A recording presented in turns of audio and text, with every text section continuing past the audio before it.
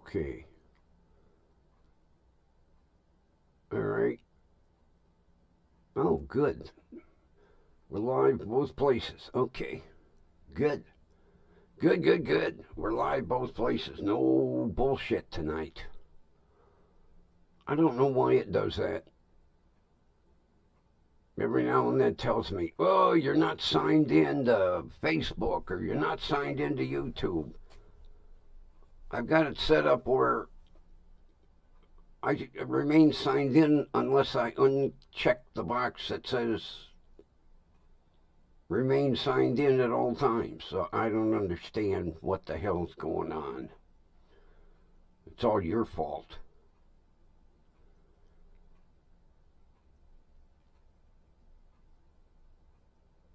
Yeah. It's all your fault.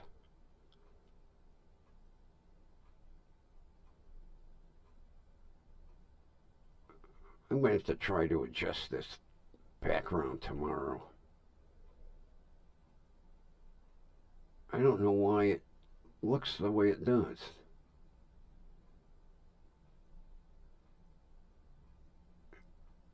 Although I should just get that, put that setup up, the tripod set up, and take all this down. I think it's time to start.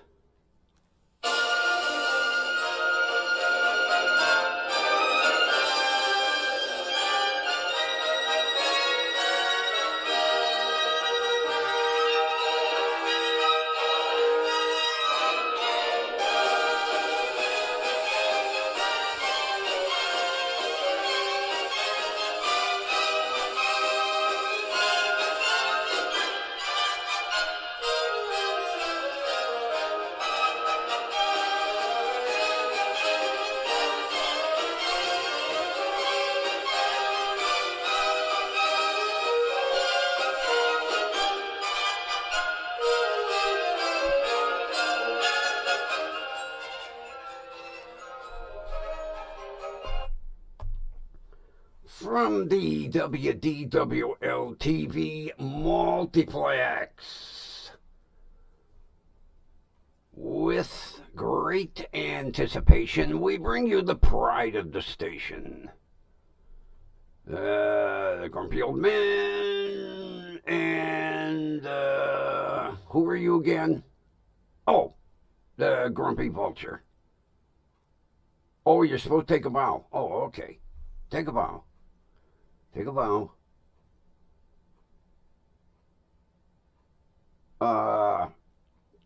When you take a bow, you're not supposed to block the host. How many times I tell you that? Get back in your spotlight, you idiot. There you go. Let me move this out of the way.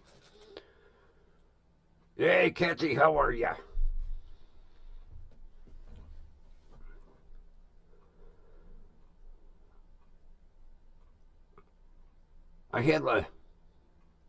I'll tell you what. My little Indian mom and pop store up the street, those two guys are just unbelievable. Yesterday, I go in for smokes. They are out of my cigarettes. Now, very few places carry these. I don't know why. Everybody's looking for a cheap generic to carry in their stores because, God, the prices of brand name cigarettes are ridiculous. So they run out. They doubled their order. They have been selling so many of these, they're going to triple their order to make sure they have them. So I had to buy the next in price range generic, which tasted like sawdust and floor sweepings. They were nasty. Oh, Jesus Christ. So I go in today, and the first thing I says is, you got my cigarettes? So he puts 2 packs on the counter, and I had to buy a can of Zippo lighter fluid. So I told him I need a can of Zippo. So he rings it up, and the price didn't look right. I said, something ain't right here. Well, yeah. I said, no, you're cheating yourself. No. We feel bad you didn't have cigarettes free. You take those for free. I looked at him. Puts them in a bag. Yeah. Have a nice day. Have a nice day. What places today do that? I mean, talk about feeling bad because they ran out. Like I told them, I said the cigarettes were crap, but I can't go without cigarettes. And I'm not going to drive all over town. Hey, Linda, how are you?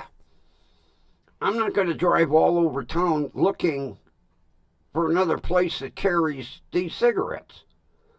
Now, I know why some places don't carry them. Because the goddamn cigarette reps threaten them. They did that with the guy across the street. That's originally how I ended up coming over here.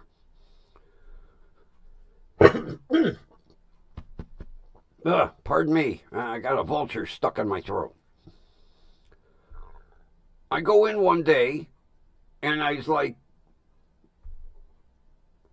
give me 2 packs. He goes, no more.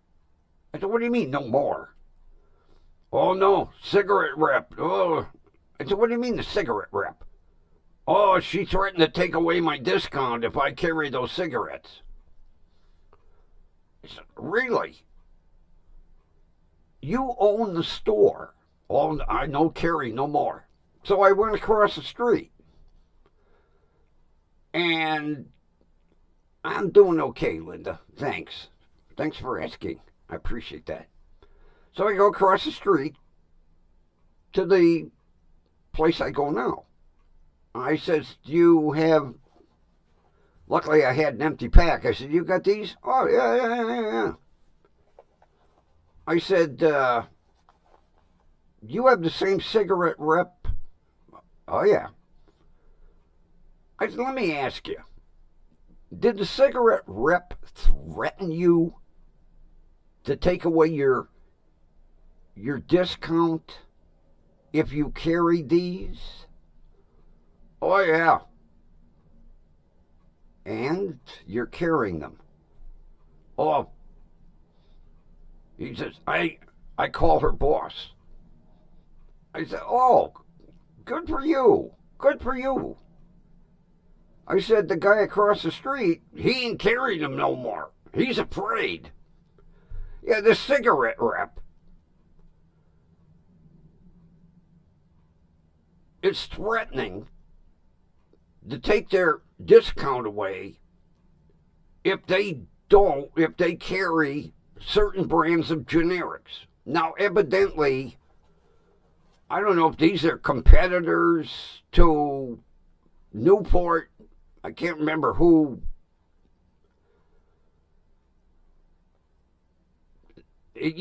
Maybe it's I think maybe Liggett and Myers. I don't know who makes you Newport. You have Reynolds, you had Liggett and Myers, whatever. Yeah, she was going around threatening, and literally scared the guy across the street. You know, when you own the store,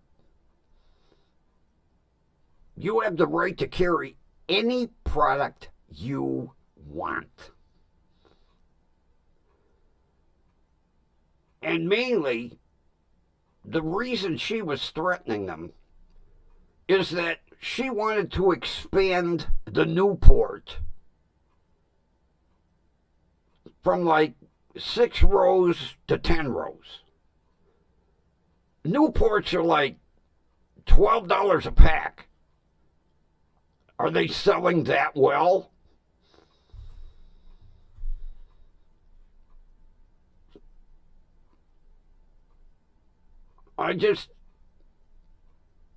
Matter of fact, the one brother and I were talking, and I said, you know, if you wanted to sell axle grease, and axle grease happened to be manufactured by this cigarette company, they can't tell you can't sell that. They can't tell you what to carry in your store. And from what I found out, because I decided, you know me, I decided to make the rounds. I did find out there are 3 other places that carry my cigarettes. I went around and I said, did you get threatened? Oh, yeah. So I asked for the phone number. And I was able to obtain it and called her boss. And I told her boss, as a customer, I have the right to purchase any cigarette brand I want, correct? He said, yes. I said, now, if I was a store owner, do I have the right to carry any brand of cigarette? He said, well, if you're not a franchised, like Speedway, they have to conform to rules. Circle K, they have to conform to rules. A mom and pop store can do what they want. I said, well, the cigarette rep for this area, which everybody who she threatened was afraid to give me her name. If I give you a few store locations, I'm sure you can look it up. I said, she is threatening to take away their discounts if they carry a certain generic brand of cigarettes. He says, I'm going to look right into this. I said, good. Here's my name and phone number. Let me know what the outcome is. I will. Thanks for reporting this. Because none of the stores would call. Well, he called me about 3 days later. He says, I just like to let you know what the outcome was of my discussion with the cigarette rep. I says, oh, I'm all ears. She's unemployed. Because he said, we verified what you said. And she had no right to do that. He also explained the more positions that they have in the rack, the more commission they make. It's not by how many cartons of cigarettes they sell. It's by the positions of cigarettes they place in that rack. So,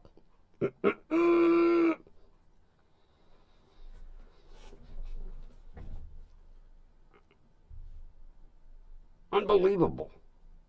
To go around to a mom and pop store and like I say, the guy across the street, oh my God, she had him scared shitless. Luckily, the 2 brothers, they don't take no shit off anybody. So, That's my cigarette story for today. And of course, I'm not reading the chat, so I don't know what's going on. Oh, okay. I kind of caught the end of the one. Yeah, I was just going to check up on her. I was just going to ask Kathy, so now I know. Thanks for asking, Linda, because now I'm caught up in what I was going to ask in the chat.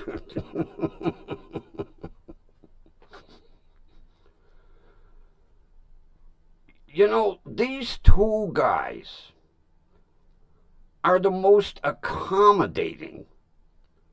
I had told a story a little earlier. There was a guy that moved up from southern Ohio, and he was looking for a beer that he purchased down there. And I guess he was looking, and the one brother asked if he could help him, and he said, I'm looking for XYZ beer. He said, oh, we don't carry it. But before the guy would say anything, he goes, my beer rep will be in tomorrow. If I can get it, I'll have it in a week. I just happened to be in the store the week later. The guy walks in, and the one brother waving at the guy, walked him over to the cooler and pointed.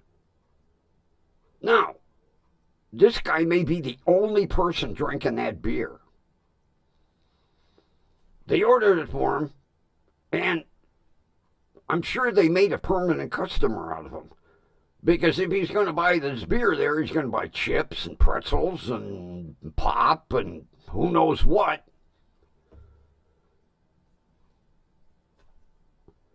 You don't find that kind of business person today.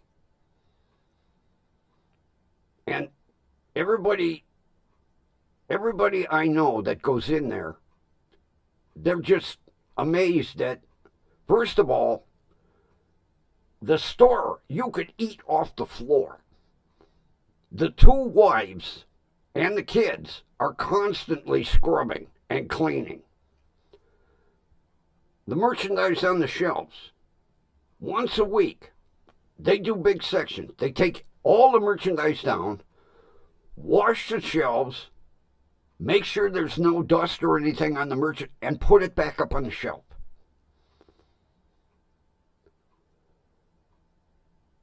I'll tell you what, I have been going to this store since I was 5 years old. The last owner that had this, I didn't know, I couldn't remember what color the floor was because it was so fucking filthy. It's like a light slate gray. It was like black. They were telling me before they opened, it took the two wives a whole week to scrub that floor to get it back clean.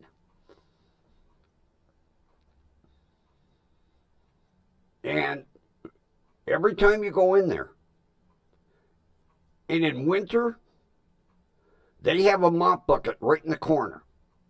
A customer comes in, you're going to be tracing slush in it right away. Go over and mop that floor. And most accommodating as can be. If you ask them to get something and they can get it, it'll be there within a week, 2 weeks max. I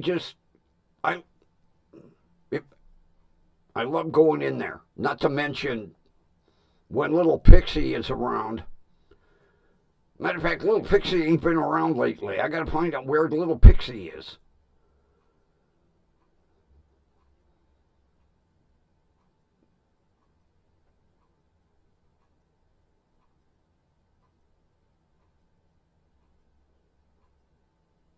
And you know, Kathy, what's odd? Almost every 7-Eleven was purchased by someone of, like, from India or Pakistan. A lot of 7-Elevens were always filthy.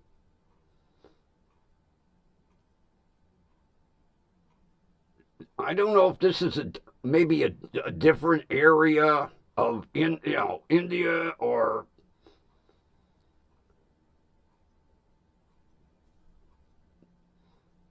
like I say, places always spotless.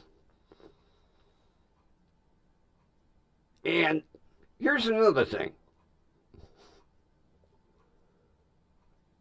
They got in ramen noodles from India.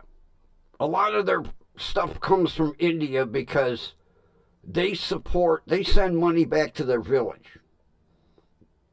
Most of their products come from wherever their village was in India. So they got these Indian ramen noodles.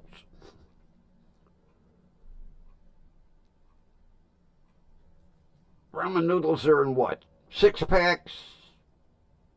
I think 6-packs. Any customer that wanted to try them, they gave them a 6-pack for free.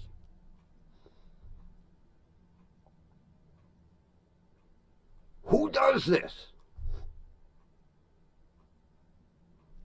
I was looking at them on the shelf. I said, oh, new product, huh? They had one with a green label, one with a red label.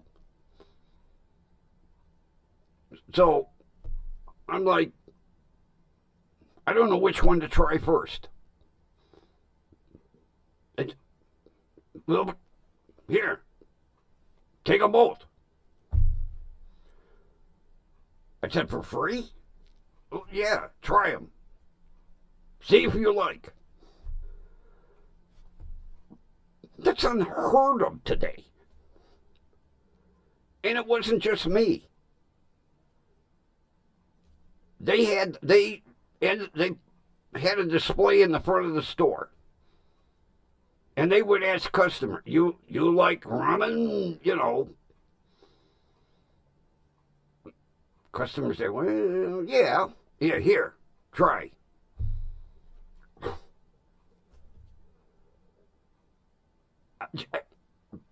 Shocking. And this is the way they are. Hang on a minute.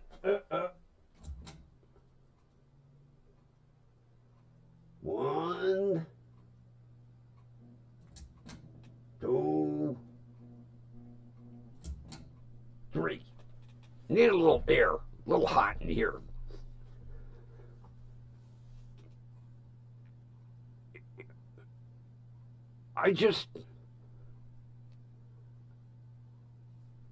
And they have this whole selection of pasta. So I see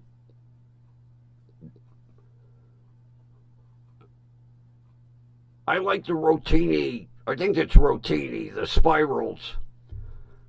So I bring a bag up to the counter. He goes, I thought he was screwing with me. You know how to cook? Yeah. Are you sure you know how to cook? I said, well, maybe. What's the difference? This form of pasta, you don't cook in water. You fry it in oil. I was like, no, thank you. I said, I thought it was regular. He goes, oh, that's why I stopped you. You would have been upset. I was like, so they care, because they know damn well I bought that and boiled it, and it would still be hard as a rock. I'd have been like, hey, you're selling me defective pasta, pal.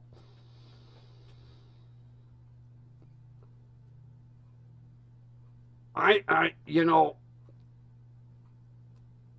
would say the last 4 owners of this store have run it into the ground. I am extremely happy to see them making a success. They've been here, I want to say 4 years now.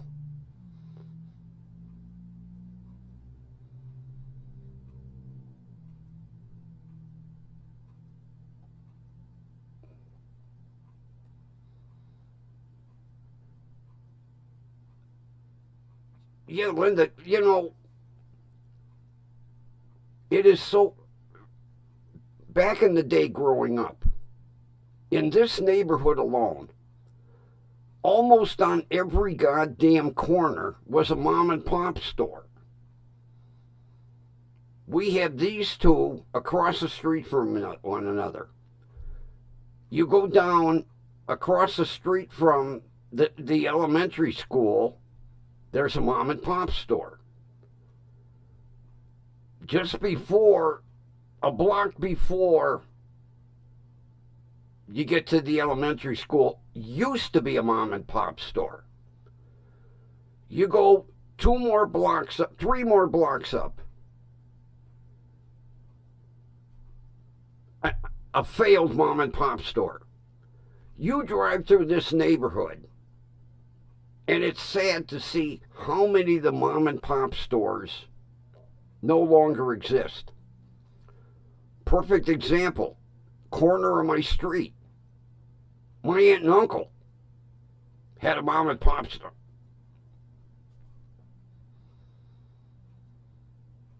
When he retired, my cousin didn't want nothing to do with it. So he sold off all the merchandise. He sold off all the equipment, the shelving. I don't know what the guy's doing with it today. It was all boarded up, and recently he's put windows in the front. So I don't know whether they're going to open another store up there or what. I don't think they could turn it into an apartment.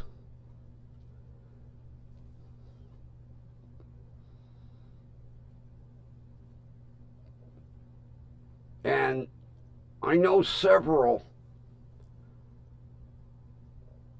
that closed up.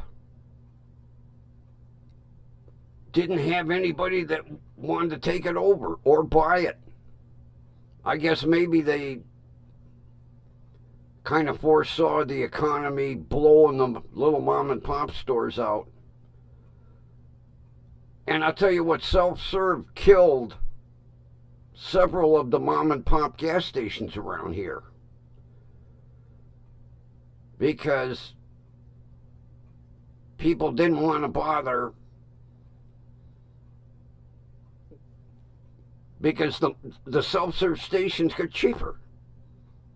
The self-serve stations came in and killed a lot of the little mom and pop gas stations with price.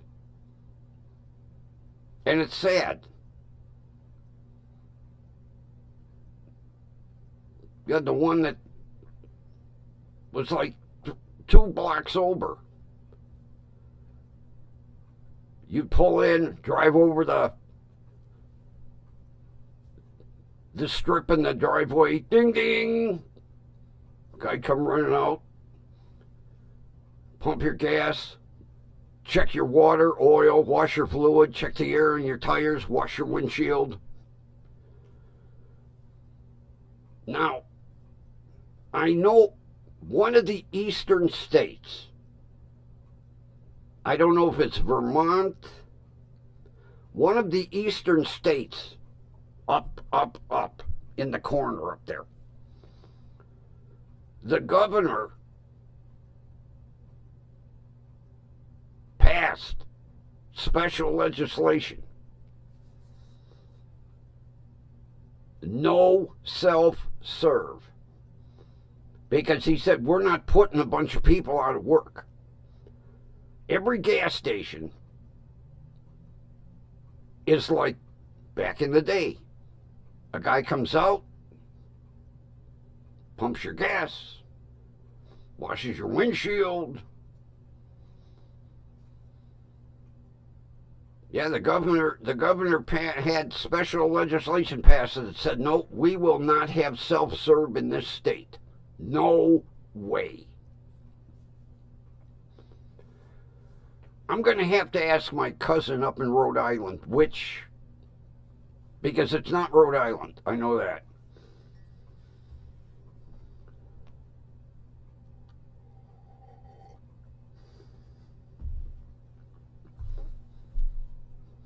You know, when I signed off last night, while I was making dinner, I was still so pissed off that it took me a while to calm down.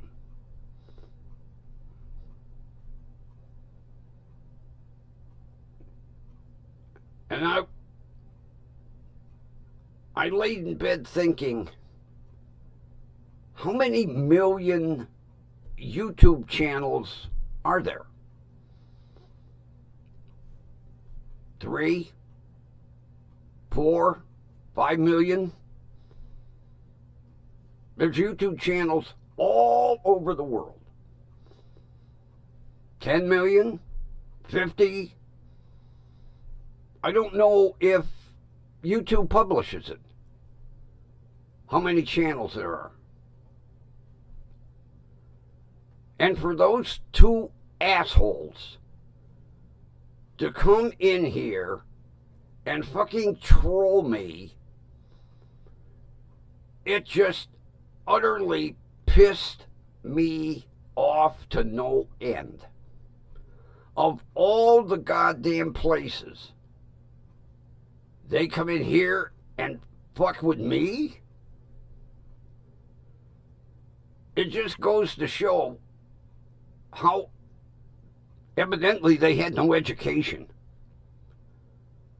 or their two brain cells were fighting one another.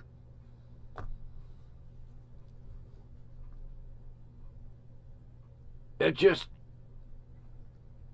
and I mentioned it to a friend of mine. He goes, his grandson told him once before that some of their friends in junior high brag about trolling. They sit on the computer and every night they pick 2 or 3 or 4 people to troll just at random.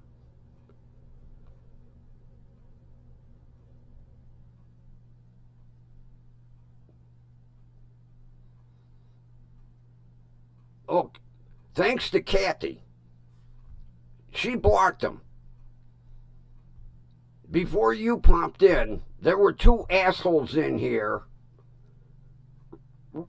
literally fucking with me.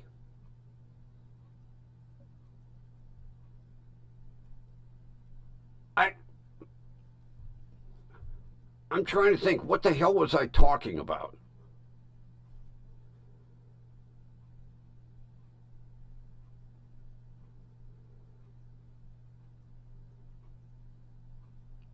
Yeah, I believe that. Oh, thank you. Thank you very much. I know you told me you blocked them. Thank you. I'm trying to think, what was I talking about? And they started acting like 2 assholes.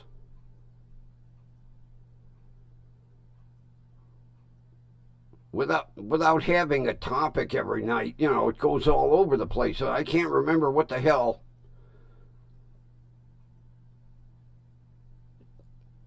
Because I know Timmy and I were chatting about something.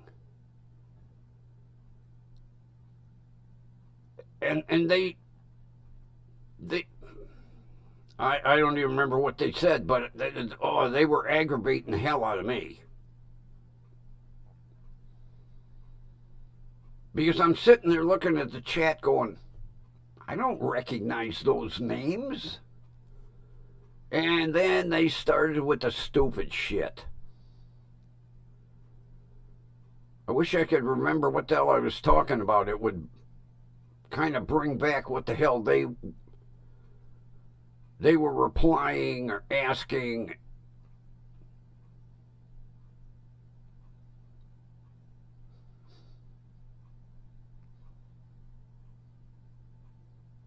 But to come in here, of course, see, part of the problem is they have no idea what this channel is. No idea. And they came in here like two smartasses, mocking me. I know I was repeating something, and they were like, oh, come on, let's, you said that about 5 times already. Yeah, that's why I'd like, who the hell is that? One, it was like Opius Connector or something. One of them really goofy, because the one had a hyphen.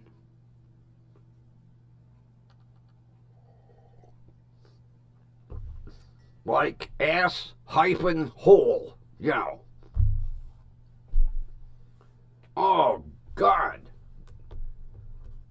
I had smoke coming out of my ears. The more I thought about it, the more it just irritated me. You got 100 million goddamn YouTubers, and probably 80 million of them on at the same time, and you come in here and troll me?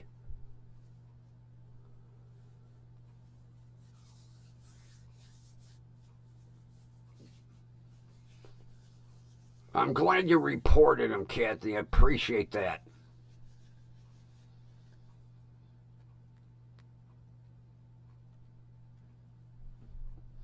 But, what's YouTube going to do?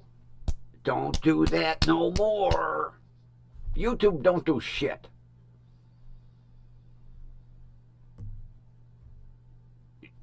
If I do something against terms of service, they shut me down.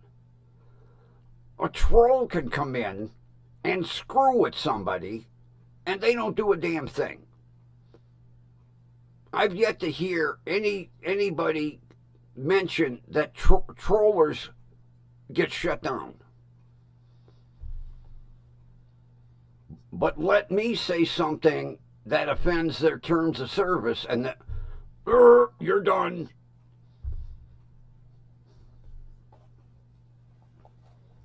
That's why I kind of watch what I say.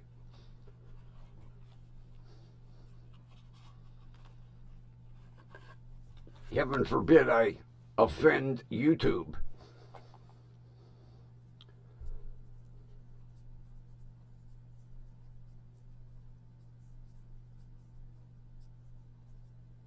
Yeah, they'll probably look at Kathy's complaint and go,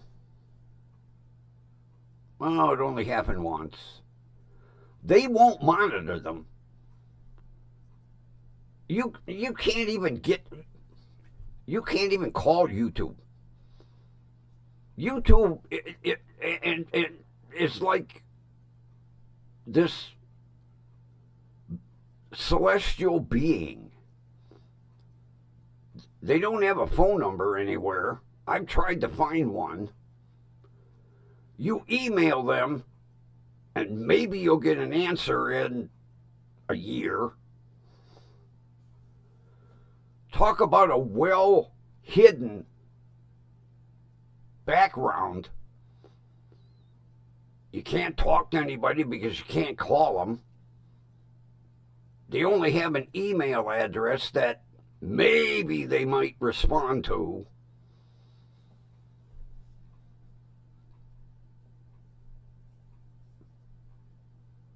I don't know if Faceplant has a phone number or not.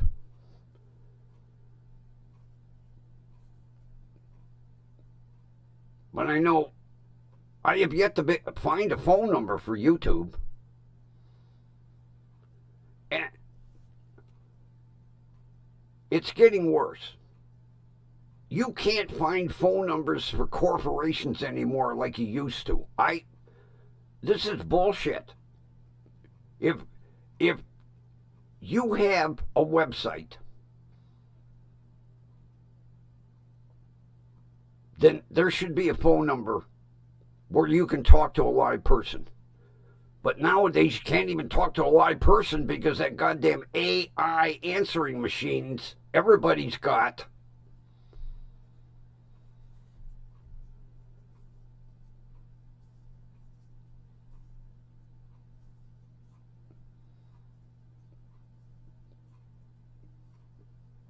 That was, yeah, that was really starting to piss me off. And I finally told them, hey, go bother somebody else.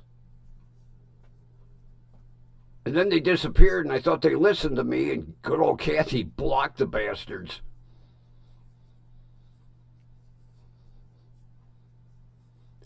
I'll tell you the worst, the absolute worst place to call. AT&T. Oh my God. If you don't know the secret password, that AI answering machine rotors you and rotors you and rotors you. I'll be like, customer service. Didn't understand. Try again. Agent. Didn't understand. Try again. I finally learned representative was the code word. If you said representative, you got rotored to a live person. If you didn't know representative, we don't understand, try again. My neighbors would hear me 3 doors down screaming. That's another reason, thank God, I don't have to deal with AT&T anymore. I like Spectrum. You call and you push one number. It's either like 1 or 2. And then the live person answers. Do you want billing or tech support? Press 1 for billing, 2 for tech support. You press 1, thank you for calling Spectrum, so-and-so speaking. I was like, wow. Same thing with consumer cellular. They have 3. You press 1, 2, or 3. And then a live person answers to the phone. God, back in the day, no matter who you called, you got a live person right away. And big corporations, some of them don't even put their addresses anymore. I know I wanted to, I'm trying to think who, I wanted to write, I think it's R.J. Reynolds. I couldn't get an address.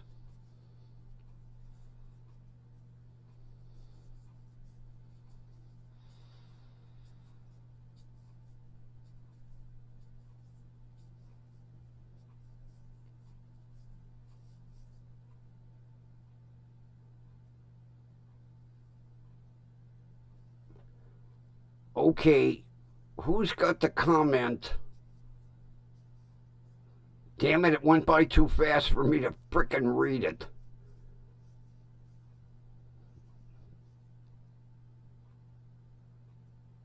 I can't, I got the bottom half of it. Or the bottom 3/4. Damn it, I wish you could back the damn chat up to read it. It went by too fast for me.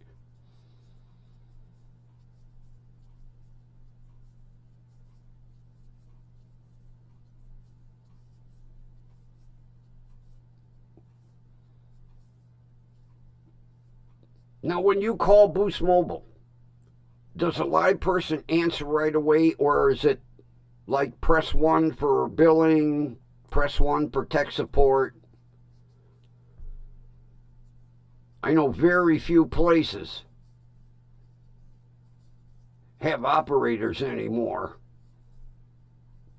that actually answer a phone like back in the day. No matter where you called, it was a live person.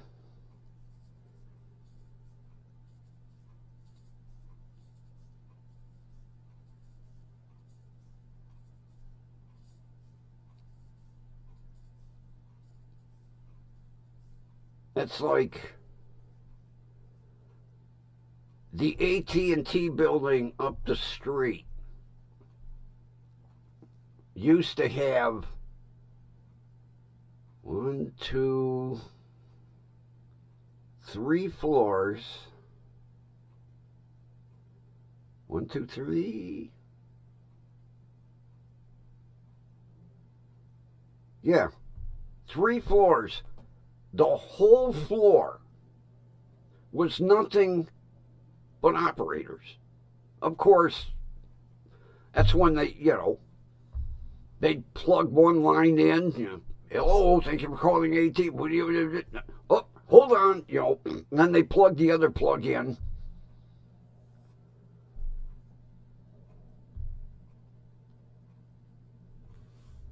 Yeah, but you don't need a code word. You call AT&T, you need the code word. Otherwise, that AI-generated answering person don't let you through.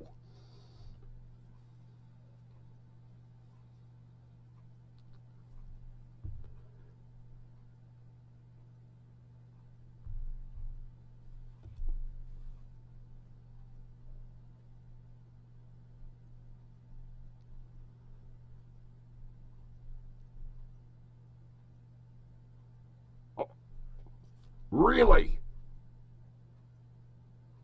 See, I wasn't paying that close attention. Oh, Jesus Christ.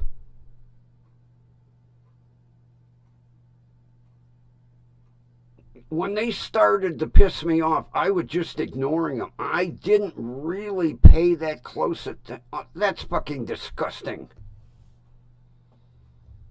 Jesus Christ. That's young kids.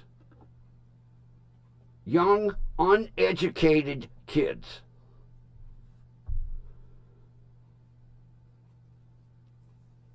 Kids with no education and too much time in their hands. Oh, that's fucking disgusting. I'm glad you reported it.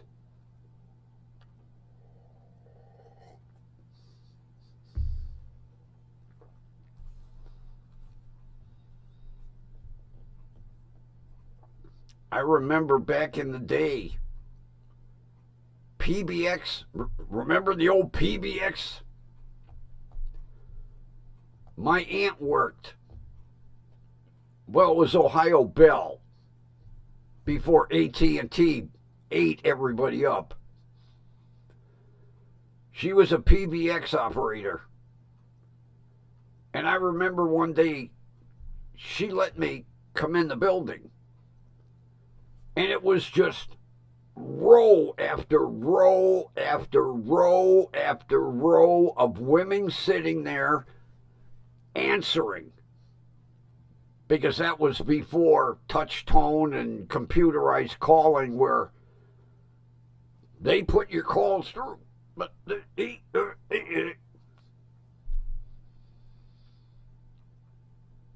matter of fact, she showed me how, first of all, she would plug in there were 2 plugs for each thing, and she had switches. Plug in, answer,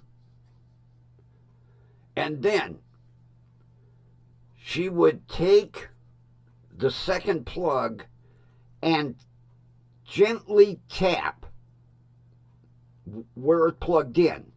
And if there was static, that meant that person was still on the phone.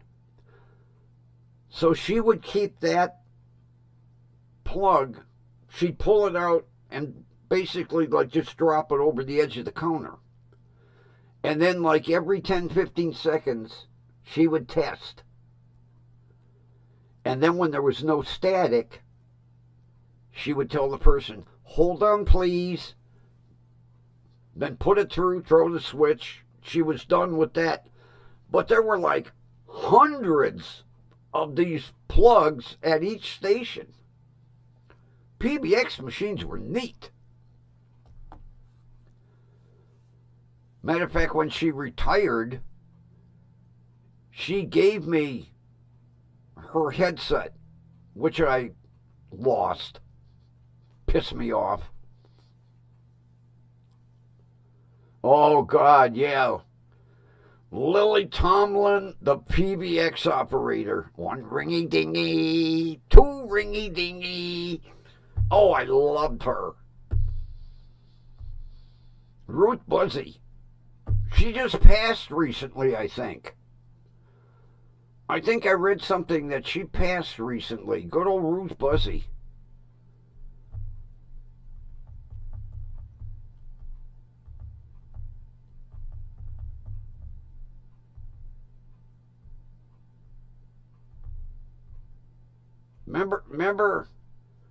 Remember her from Laugh-In? The little old lady with the handbag? And then the old guy would sit down and hit on her, and then she beat the shit out of him with her handbag. Oh, my God.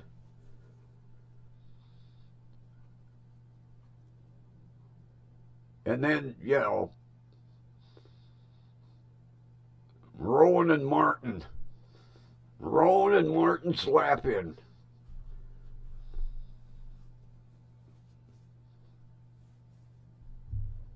Oh, God, I love that show. I love that show. Especially when they'd open a door. There were a bunch of... They'd open a door and tell a joke or some shit. Oh, God, that show was a riot. That's where Goldie Hawn got her start. Rowan and Martin's Laugh-In.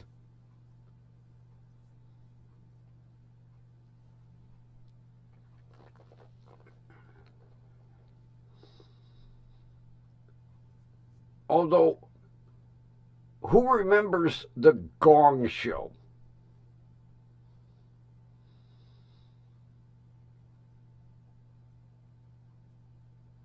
I can't remember if the Gong Show was on before Laugh-In or after. I swear, the host of the Gong Show was constantly on a cocaine high. Oh, that guy. First of all, he couldn't open his eyes. And he couldn't stand straight half the time.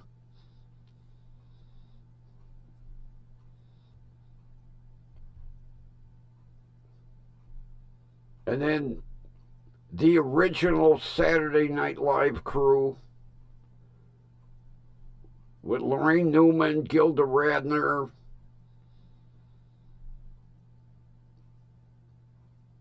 John Belushi, Aykroyd. I'm trying to think who was the black guy? I can't remember his name.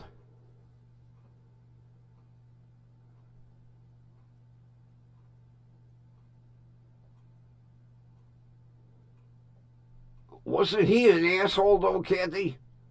He couldn't open his eyes. I swear he was on a goddamn buzz. And he always wore that goofy hat.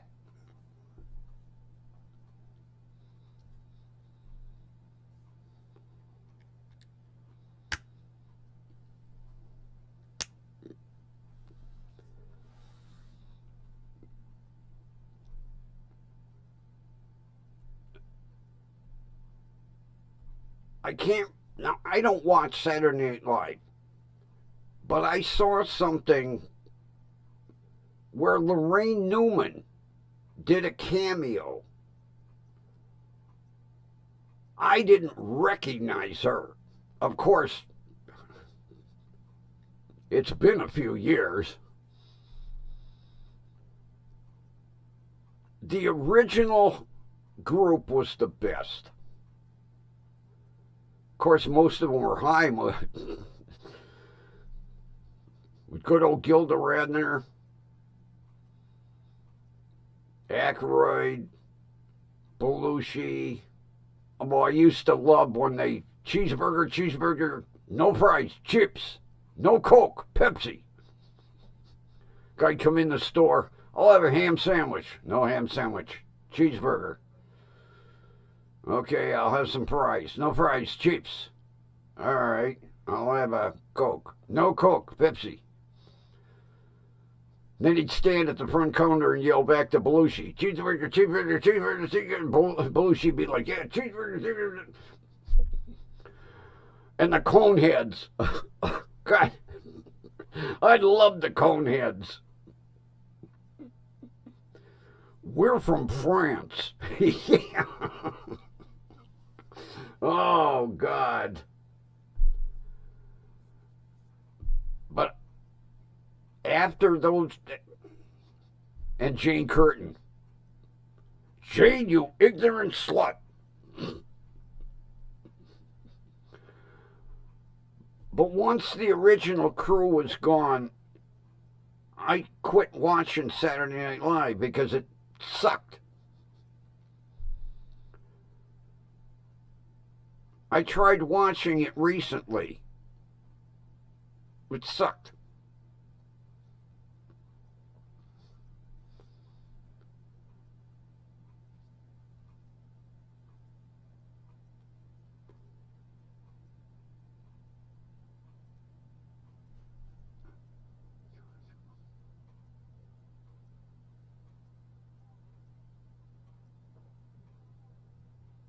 No.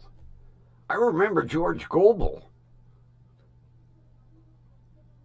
I don't remember that commercial.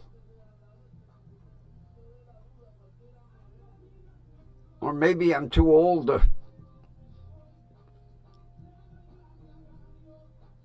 I love George Gobel. He was crazy.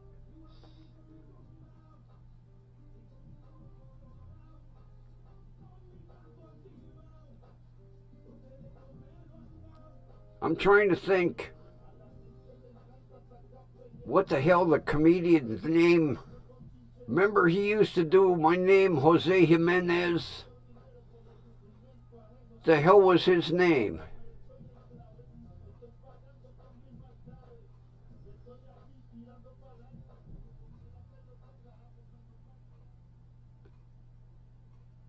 Oh, God.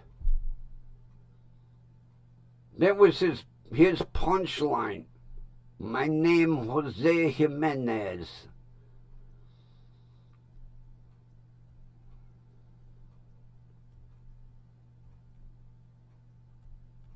I don't remember seeing that milk commercial with Gobel. I'm drawing a blank. I could picture George Gobel. I can't picture the commercial.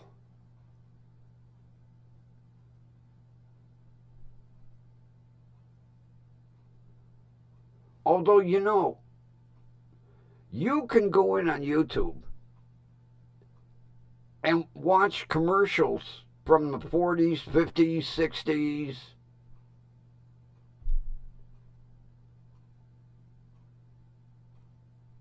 Remember the one for, oh my God, what the hell was the gasoline?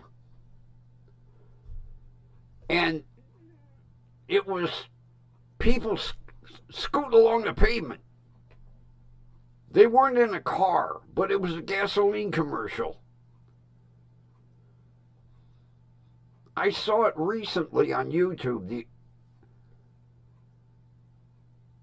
Because the guy in the sports car, he had the cap and the fancy glasses, and they were holding the steering wheel. Because they showed how they filmed that commercial. They said they wore out, I don't know how many pairs of pants and stuff, because they would scoot, they would shoot that commercial a frame at a time. And then when they played it, it looked like the people were sliding along the ground.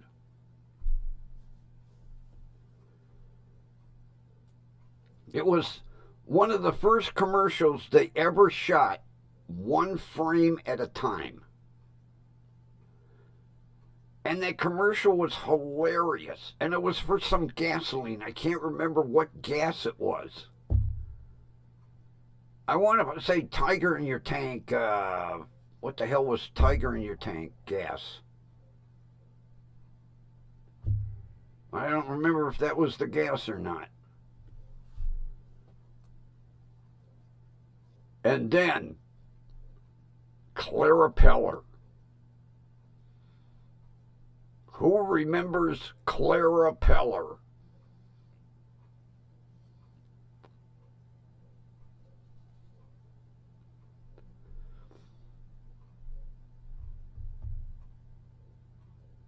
Oh, come on, crew. Clara Peller.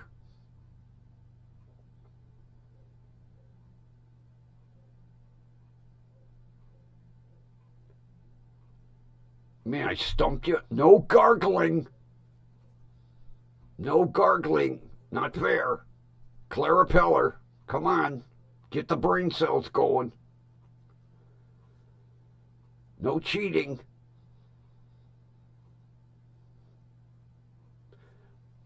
Right. She was the oldest woman ever to be in a commercial. And they found her on the street. She wasn't even an actor. Where's the beef? She wasn't. It was some guy's grandmother or great grandmother, something. He went, let's bring her in and give her an audition.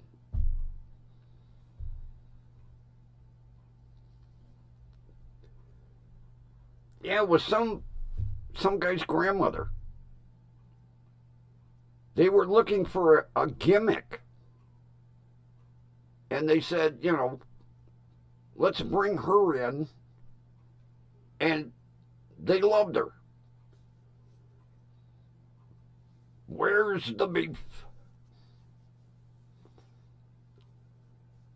Oh, commercials back in the day were a riot.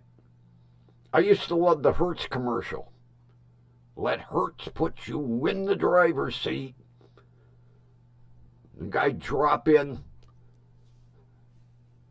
I always, had I been, I'd have gotten fired, but instead of a convertible, I would have brought in a sedan. That would have been cool. The guy bounced off the roof, fall in the road. Oops. I guess Hertz didn't put him in the driver's seat.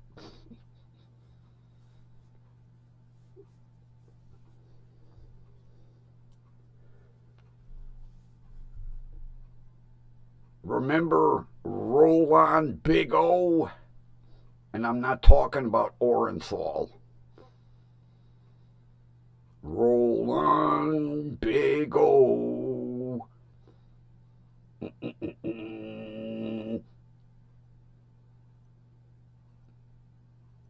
finish the line.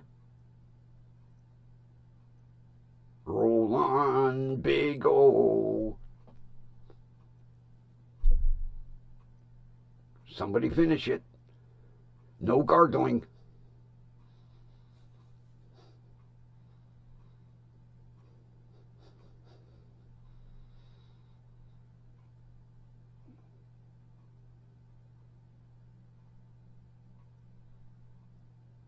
Yeah, but what's... Finish the line after roll on, Big O.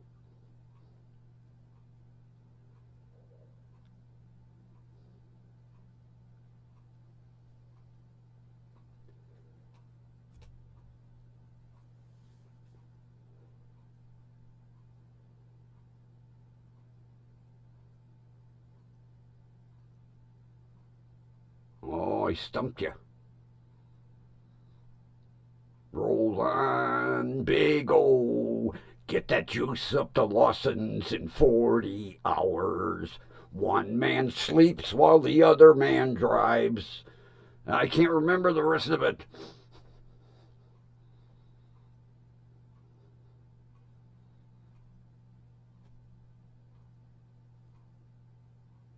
Yeah, roll on in the semi. Roll on the big tanker with Lawson's OJ and get that juice up to Lawson's in 40 hours. One man sleeps while the other man drives. I can't remember the rest of it.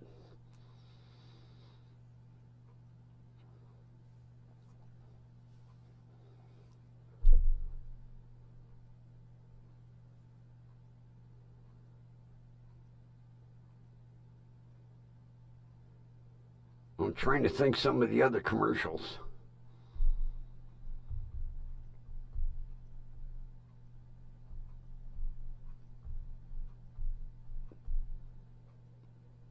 I'll tell you what, I still remember the dancing Chesterfield cigarette box.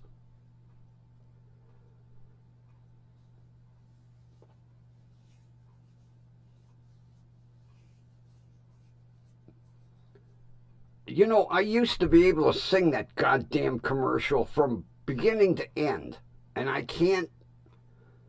I remember the roll on, Big O, get the juice up to Lawson. One man sleeps while the other man drives. Something, blah, blah, blah, blah, the Lawson's way.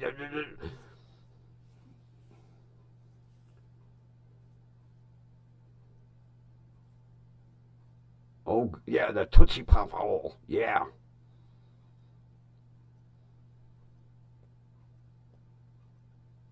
Remember? Nestles. Nestle's makes the very best chocolate.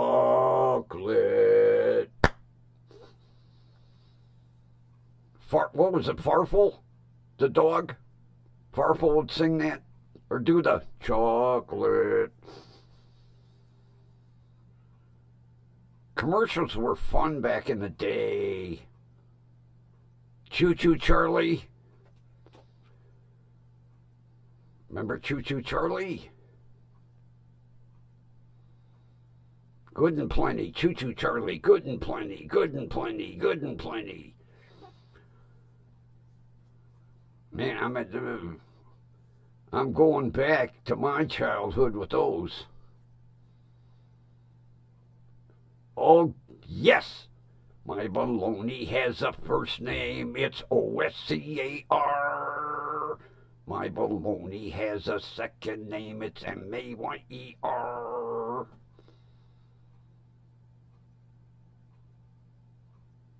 I can't remember the rest.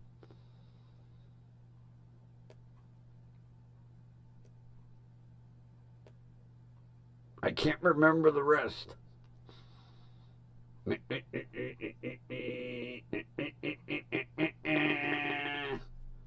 Has a way with BOLOGNA.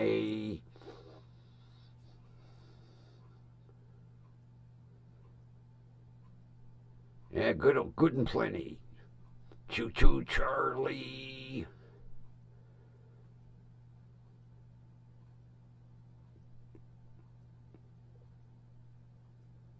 Yeah, the Tootsie Pop. Yeah, Tootsie Pops.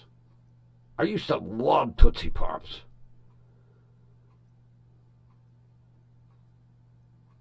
The only problem is when you got to the center, most of the time I'd end up eating part of the stick.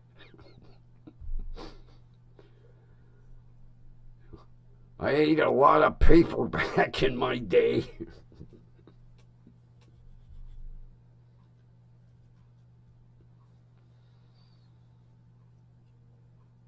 Yeah, God. I'm trying to think of more commercials.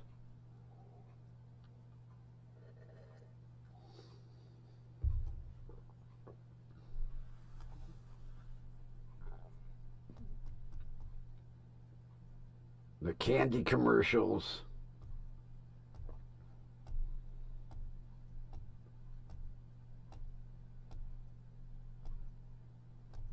Yeah, the Hershey that was for Hershey's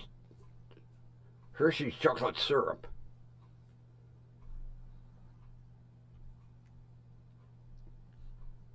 Remember Kellogg's? And they always would have send for a toy or something, Battle Creek, Michigan.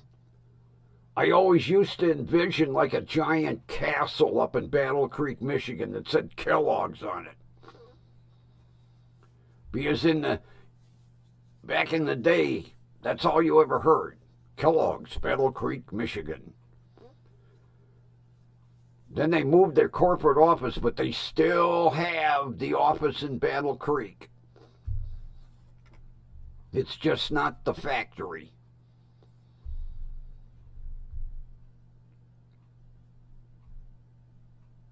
That's it. Yep. Yep.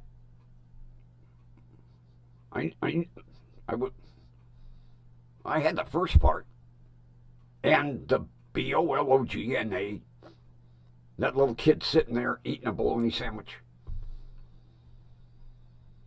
He was a cute little kid, too.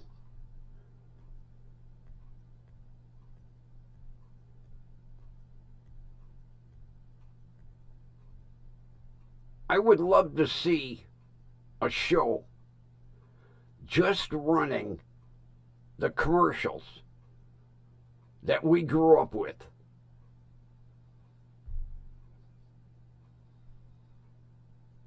Oh, God, I forgot Cracker Jack. Yeah. Oh, yeah. That's when yeah, but back in our day, Cracker Jack had neat prizes, not the shit they put in the box today. Not to mention the Cracker Jack box is about the size of a pack of cigarettes today. I remember Cracker Jack used to be a big box.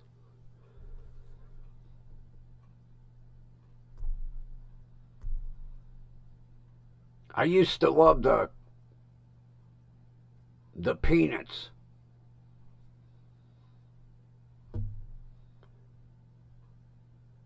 Matter of fact, there used to be a shop out at, well, before they tore Westlake down, good old Westgate. You could go in, and the candy corn that they made tasted identical to Cracker Jack. Yeah, I got away from Tootsie Pops. My doctor told me you ate too much paper as a kid. You got to lay off. Everything shrunk. God damn, you look at a candy bar today. Back in the day, Hershey chocolate bars were like this big. Now they're like this big for almost $4.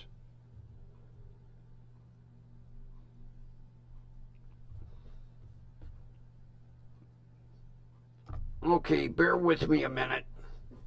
Too much coffee. Right now, too much coffee. When you get old, your bladder don't hold out that long.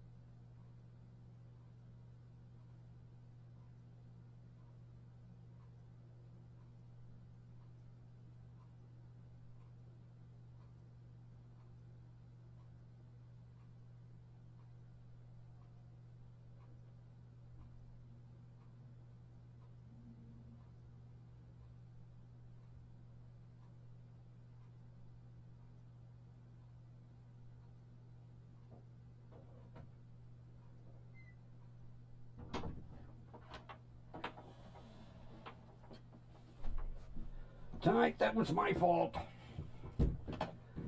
I got behind. I was running late because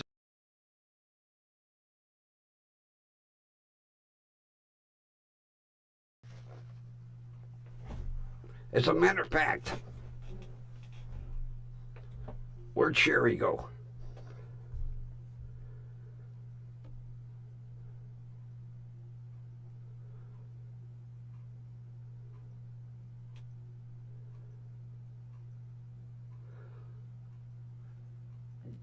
Did you see the thing?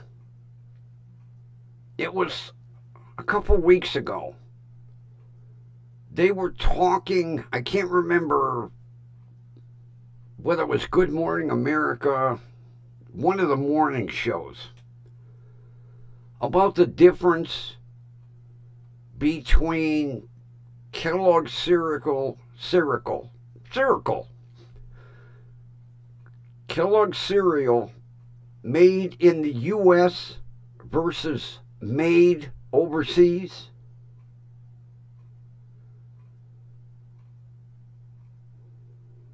And they poured, what the hell was the goddamn cereal? Fruit Loops. They poured American Fruit Loops in a bowl, and they poured European Fruit Loops. And the European Fruit Loops were as bland as shit. And the American, oh, the colors popped. Outside of the United States, they don't allow all this fucking coloring that they stick in the cereal. It was unbelievable. The cereal in the bowl for the European looked like it had been sitting in milk for about 20 minutes. And, you know, all the color.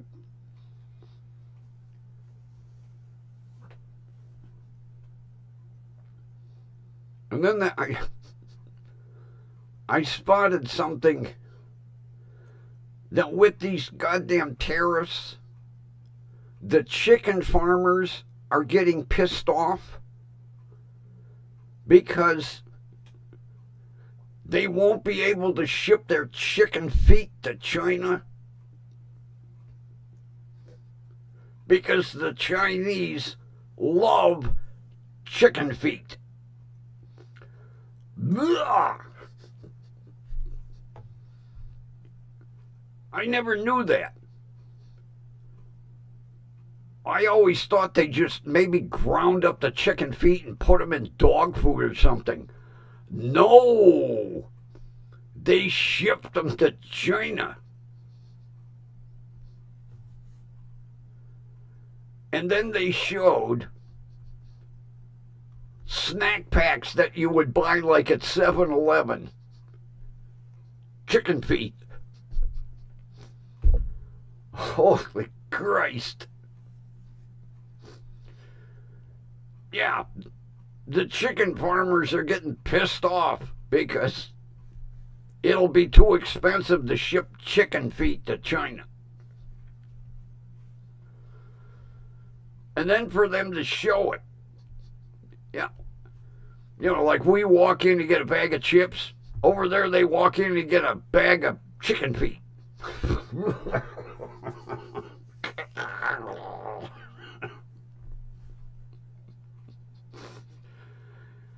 And then you talk about how they copy shit. Here we have 7-Eleven. In China, they have 812. The colors on the building are identical. They showed 7-Eleven, 812. And you can't buy cold pop or cold water.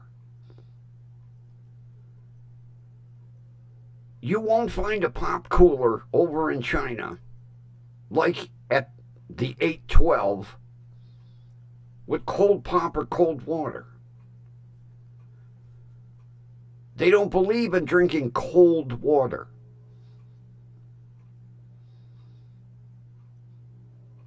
They drink water at room temperature.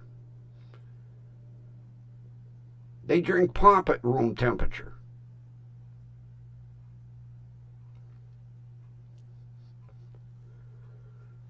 Thank God I'm not living over there. Get me a warm bottle of water and a package of chicken feet, and I'm good to go. Blech.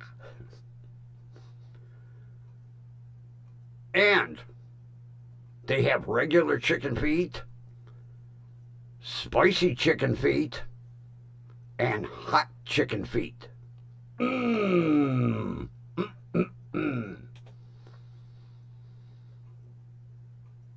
Yeah, packaged chicken feet for your afternoon snack. You know, like around 2 o'clock, you're getting that, I need a pick-me-up. Grab me a pack of chicken feet. Whoa.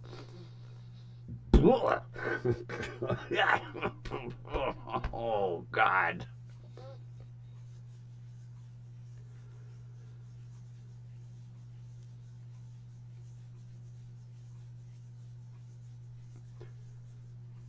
Yeah, it was quite interesting.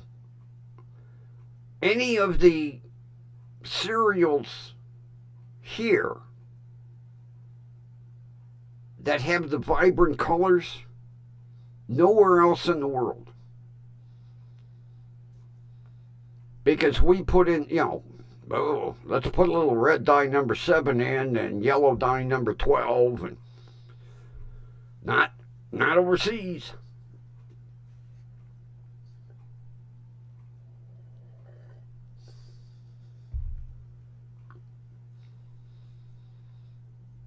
It's interesting some of the differences between England and over here. We have, shredded wheat. Over there, they're called Weetabix. Okay. I've been watching on YouTube TV a series from England, Killer in My Village, murder mystery. But I mean, it's not with actors. It's actual police and forensics and everything. I still can't get over car park. They found him in the car park. We call it a parking lot. They call it a car park. We call our backyard our backyard. They call it the garden. We call it a living room. They call it a lounge. He got killed in the lounge.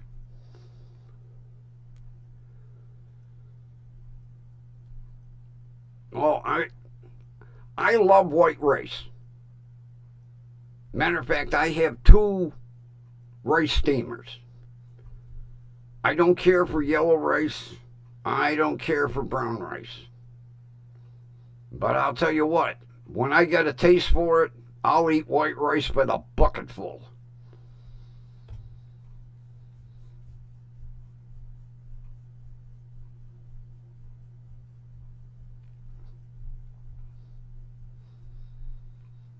I've heard that, Linda.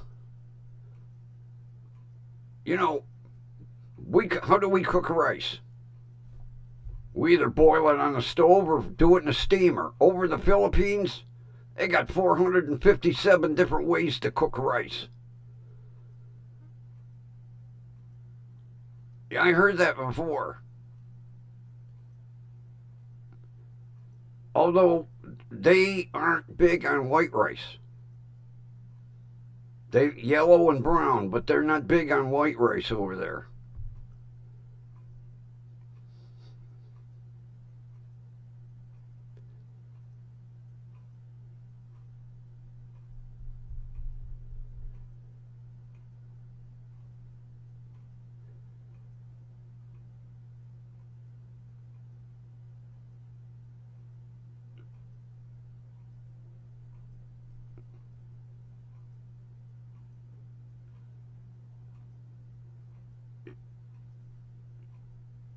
Ooh, cheesy rice. That sounds tasty.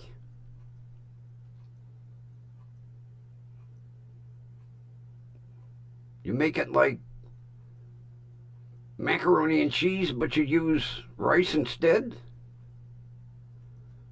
That sounds, oh, I never thought of that. Make cheesy rice. That sounds tasty.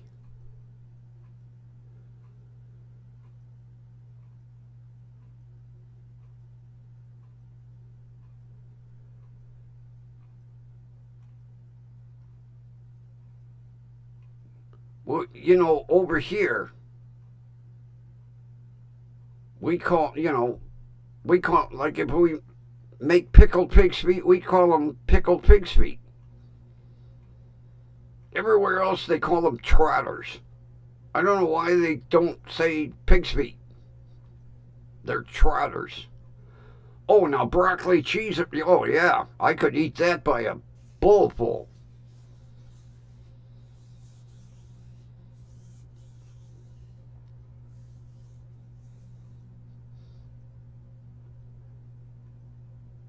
Yeah, I got 2 rice steamers.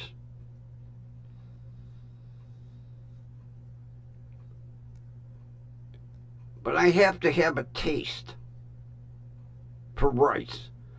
But I'll tell you what, when I got a taste for rice, I love, as a matter of fact, I could sit down and just eat a bowl of white rice. Nothing in it. Plain white, boring rice.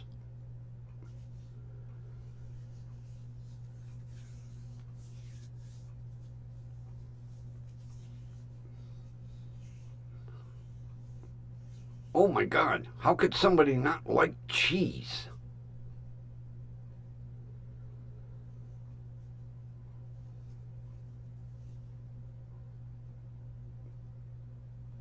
Of course,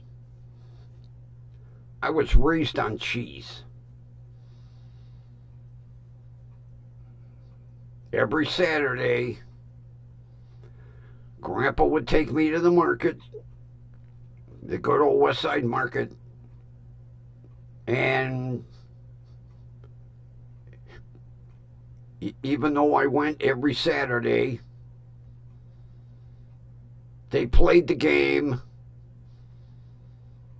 My grandfather would walk up to a stand. They'd be, "Hi, Joe. Hi, Fred. How are you? How you doing, Joe?" "Oh, I got my grandson." Every Saturday, same shit. "Really?" And they call the employees, "Hey, Joe's got his grandson." And then I got a bunch of free shit all the time. But we would go to the market every Saturday, get a stick of pepperoni, smoked whitefish, a loaf of round rye. I don't know why my grandfather didn't like straight rye, but round rye. A nice white onion,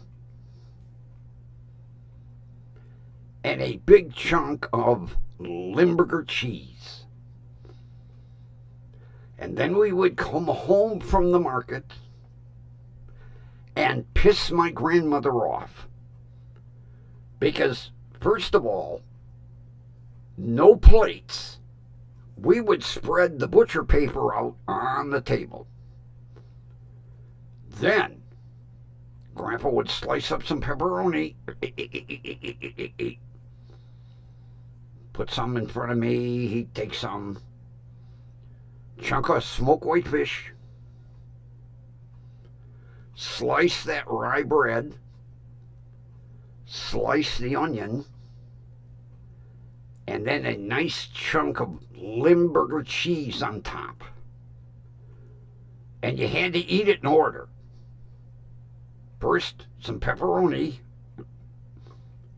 then some whitefish, and then the Limburger cheese. Mmm! My grandmother's apron would look like it was going 300 miles an hour. You heathens! We were heathens because we didn't eat on plates.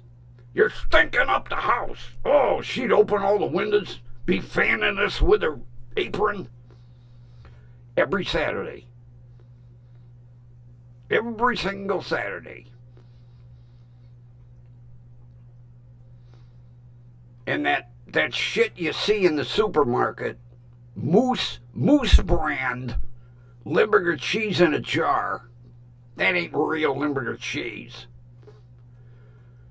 You got to go down to the market. I don't even know if they sell it anymore.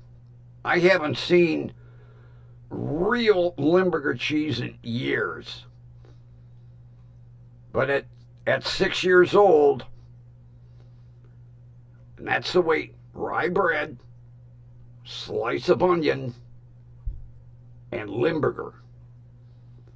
And that was our every Saturday heathen feast. And we would stink that house up. Oh, God, my grandmother she'd be screaming, "Can't you eat something different for a change?" Nope. Nope. She'd be bitching. Yeah. "Can't you bring home Swiss? Cheddar?" My grandfather would be like, "No. You don't eat Swiss or cheddar on rye bread with onion.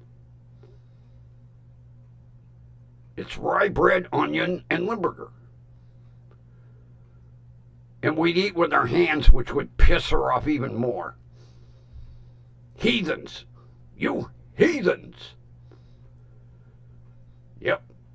Pepperoni, chunk of smoked whitefish. And then you dug into the Limburger cheese sandwich. I have not had Limburger cheese since 1971.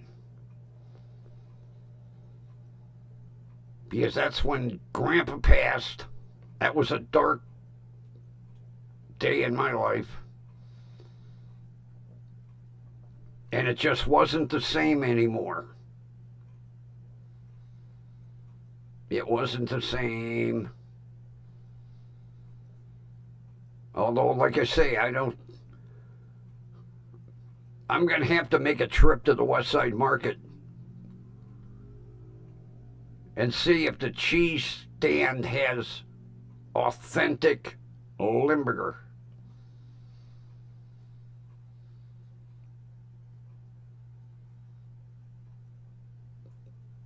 Those were the days. And then Sunday. Oh, Sunday was even better. We would wait until Grandma went to church. Now, we would watch out the window as she rounded the corner. And then Grandpa would tell me, "Go get a cup." I'd get a cup, and he'd pour me some coffee. And we would sit and drink coffee. He would read the Sunday paper. I would read the Sunday comics. Then he'd be watching the clock, and he'd be like, "Whoa, finish your coffee." I'd finish the coffee. He'd go over the sink, wash, dry the cup, put it back on the shelf, and you had to make sure the handles were turned a certain way, because Grandma knew if you messed with her dish cupboard. God forbid she'd find out at 6 years old I was drinking coffee. Yep. We'd be watching out the window. Did she make it around the corner yet? Yes. Because once she rounded the corner, even if she forgot something, she wouldn't come home.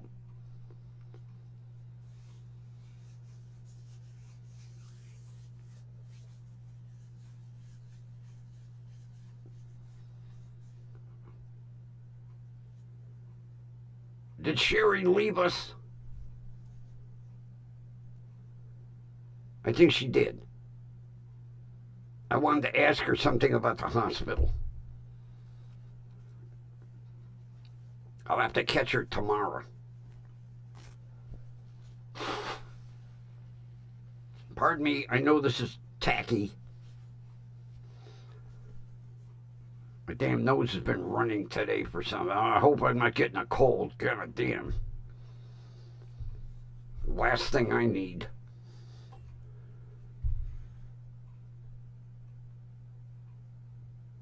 My grandmother would make peach because my grandfather wasn't into blackberry. So she'd make peach cobbler. Oh. Of course, you know, back in the day, everything was from scratch. They made the dough from scratch. You know, picked the berries, cleaned them. That's why it was so good. Not to mention it was made with love.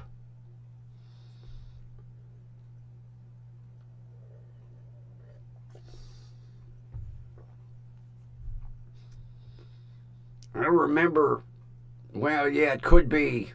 I got hay fever, so I probably got, because all the weeds in my backyard. My backyard looks like the jungle. Every time I go to cut it, it rains.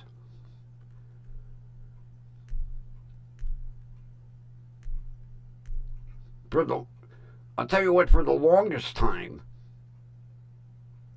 my grandmother would make her own ice cream. She wouldn't buy it at a store.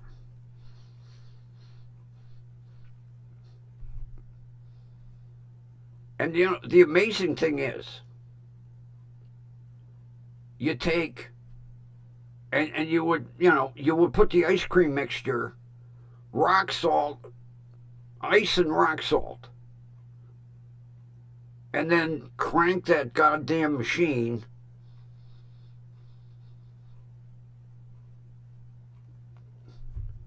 And then ice cream.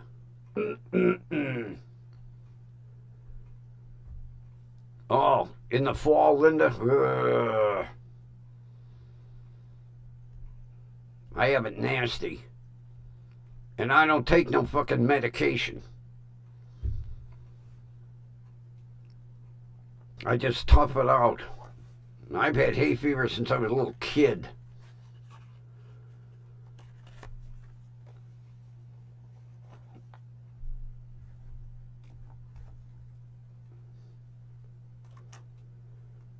The thing that really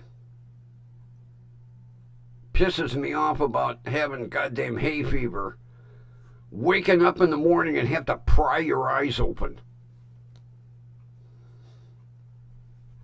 Because they tear up so much they get freaking crusty, glued shut.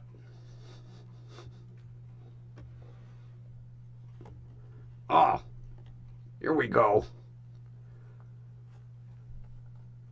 Nastiest goddamn cigarettes on earth.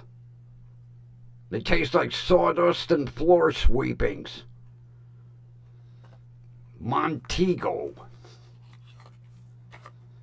It's what I had to settle for yesterday. Oh, American made. Oh, yeah.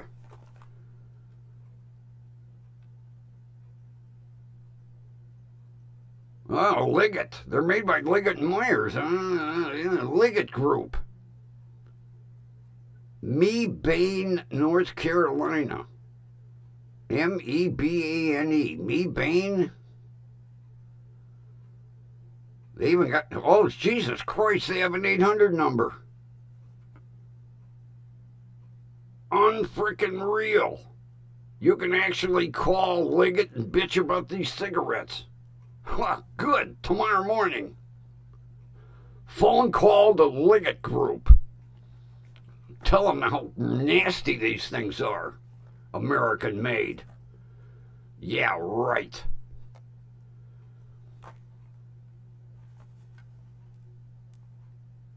I can't believe they have a phone number on the box.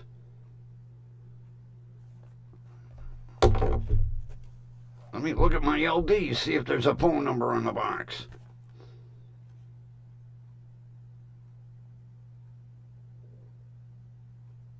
Holy shit, there is a phone number on the box. Oi, oi, oi, oi, oi. Made in Turkey. Made in Turkey.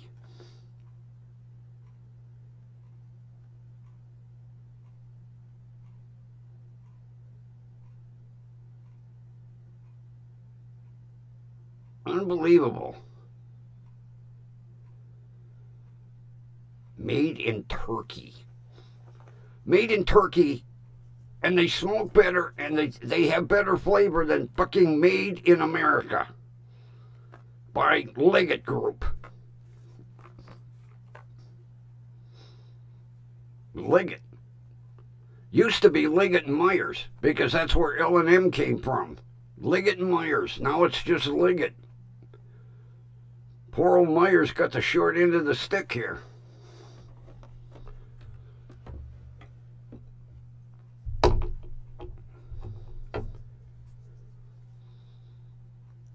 My father used to smoke Camel non-filters.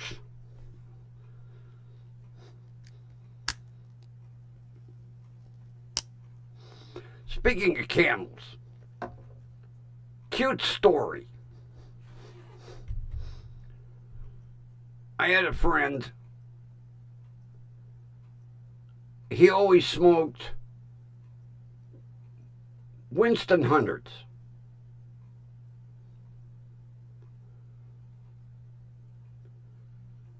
Now, here's the way Joe was.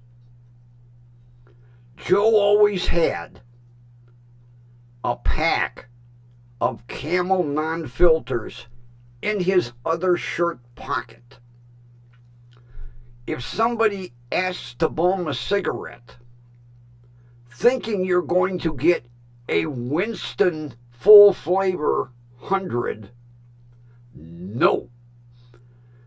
Joe would reach in his pocket and pull out the non-filter Camels. Here you go. You want a cigarette? You really had to be hard up for a cigarette to smoke a non-filter Camel, especially if you're used to a filter. That's the way. He always had 2 packs of cigarettes. And I can imagine how stale them fucking Camels were. But anybody that didn't know Joe, you know, they'd see him smoke. Hey, spare a smoke? Here you go. And the person would see that filter, and then he'd pull out that pack of non-filter Camels. Oh, he was a trip. But I'll tell you what, you only bummed a cigarette off of Joe once. Unless you were really hard up for a smoke. I'll tell you what, I almost shit myself the first time I saw him do that.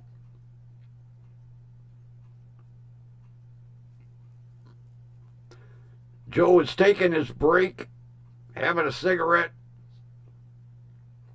The guy walks up to him and says, hey, you spare one? Sure. Here you go.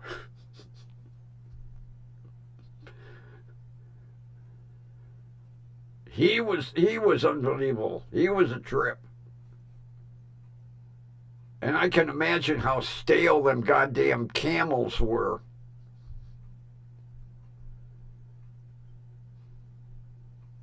Because not too many people bum smokes off of Joe.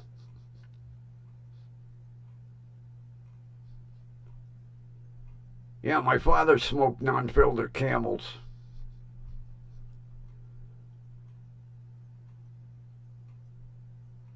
Now, I know people that smoke filter Camels, but I never knew anybody that smoked them wides.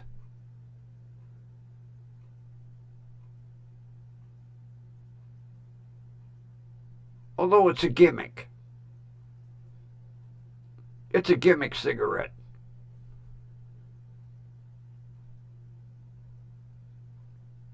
All right, now, who remembers Silva-Thins? Remember Silva-Thins? I remember the commercials. It was always like guys like 007. They'd be dark sunglasses and a suit, smoking that Silva-Thin cigarette.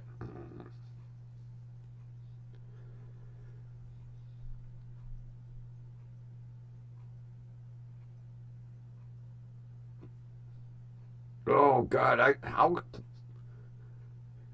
well, back in the day, there were a lot of old timers that chewed tobacco.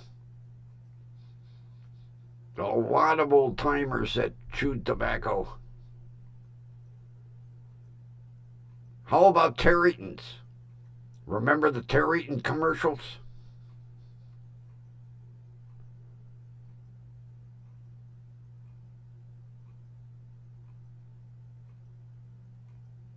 The person would always have a black eye.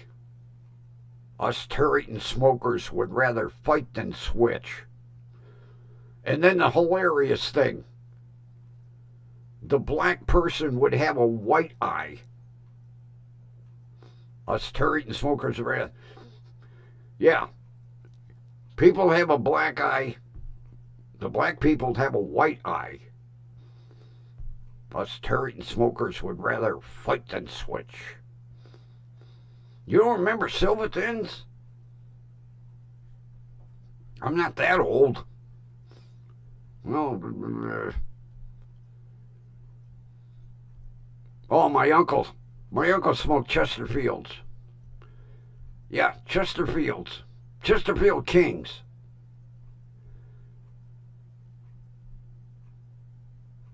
He always had a couple of cartons in the car.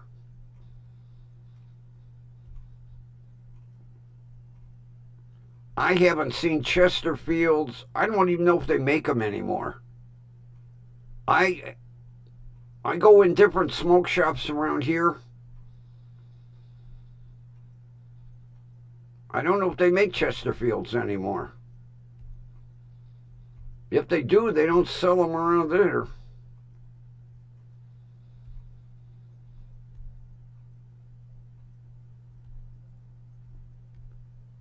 As a matter of fact, my uncle was a long-haul trucker. He used to go down south to the plant because a carton of cigarettes was like $1, maybe $2 at the most. He'd buy several cartons at a time because he always had a carton next to him on the seat. That's when we had bench seats. And then you have a carton under the seat. Yeah, remember bench seats?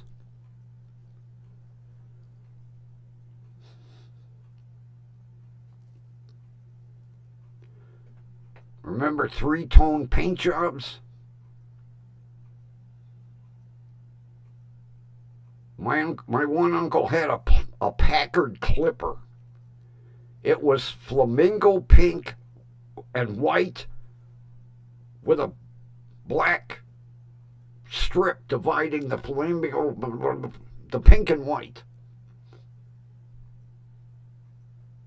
And we actually had a 4-door flamingo pink and white Etzel for a weekend. My father bought it on a Friday night. Drove it to work Monday, and everybody made fun of him, and he returned it Monday night. We owned an Etzel for one weekend. Flamingo pink and white. I thought it was cool. He come home with a Mercury, and I was like, where's the Etzel? Oh, everybody made fun of me. So you returned it? Of course, back in the day, you could do that shit. Yeah. He bought it after work on a Friday night. We had it Saturday, Sunday, and it was gone Monday night.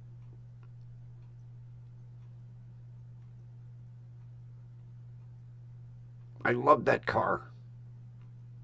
I wish I had one.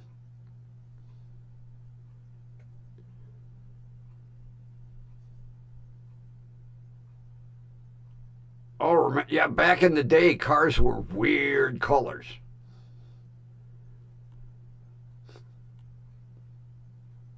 My grandfather had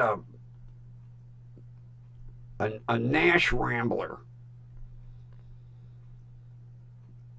It was two-tone green. Dark green roof, light green bottom. With overdrive. And it was a manual. That's all he ever drove. Well, up until he bought the '68 Mustang. That was the first automatic he ever owned. Now, he had a '64 Mustang. That was a stick. The '68 Mustang was an automatic.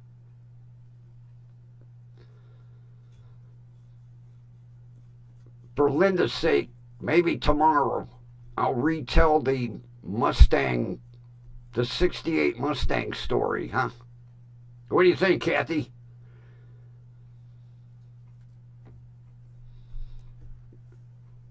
Linda don't know the story the way my grandparents bought cars. I think she'd get a kick out of it.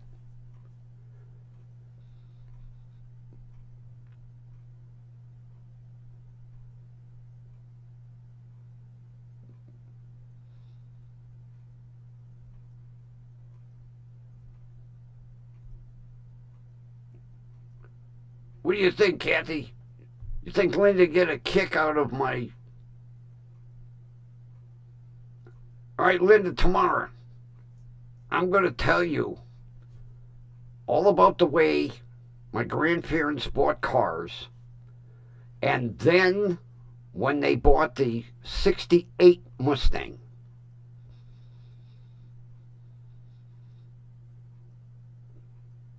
Empty your bladder before showtime. You'll get a kick out of it. To this day, I still laugh.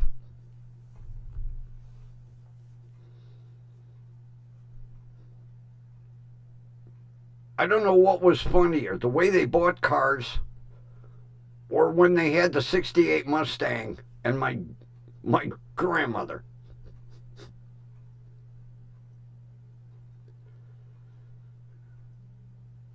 Oh, God. Had I not verified it, I wouldn't have believed it. But I actually talked to the salesman just before he retired. And he told me how they bought cars. Because he was a young salesman. And my grandfather took a shine to him. So every time they go in and buy a new car, after the first car, he knew the routine. Oh, it's hilarious. Almost as funny as my West Side Market with my grandfather. Every Saturday, the same thing. No matter what stand we went to. You see, I was the first child. And of course, I was a boy. Which really made my grandfather happy. And he drove my mother crazy until I was old enough to go to the West Side Market with him, which was age 6. Now, in the meantime, for 5 years, my grandfather, who they referred to him as the mayor of the West Side Market, everybody knew him. Everybody knew him.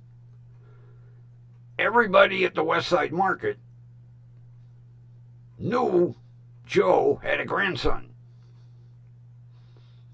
Of course,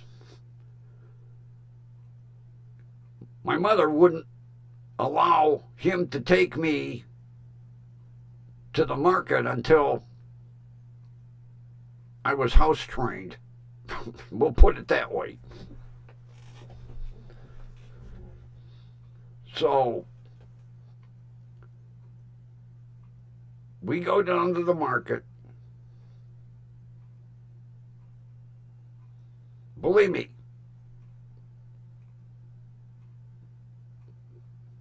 my grandfather raised me more than my parents did. We go to the market.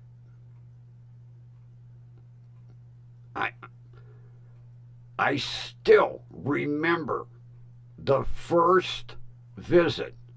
Of course, the West Side Market was like entering, King Tut's tomb to me. Like, wow. Every stand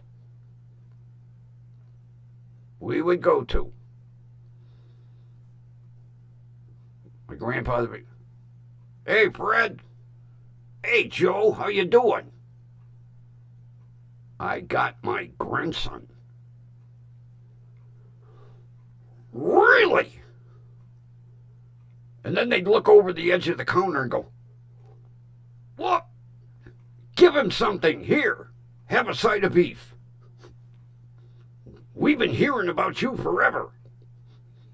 They'd call the employees out from the back. "Hey, Joe's grandson is here." Every stand.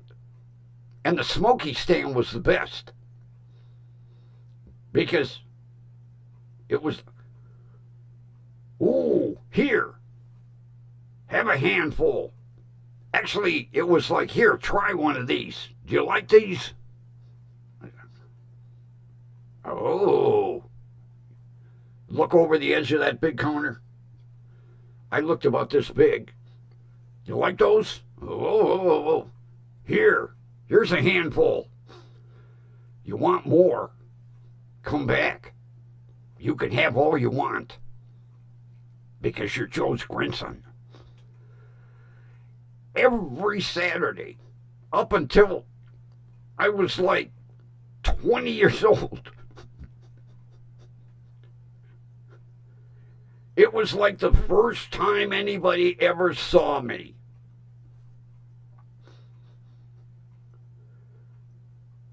They would, "Oh, yeah. Hey, Joe, how are you?" "I got my grandson." "Really?" Every single stand, every single Saturday. But boy, did I come home with shit. Holy Christ. Here, have a handful of Smokies. Yeah, you want a couple of, sides of spare ribs? Here you go. We got a side of beef for you. It's a little heavy for me to carry. That's okay. We'll put it in Joe's car. We'll put it in Grandpa's car for you. Every stand.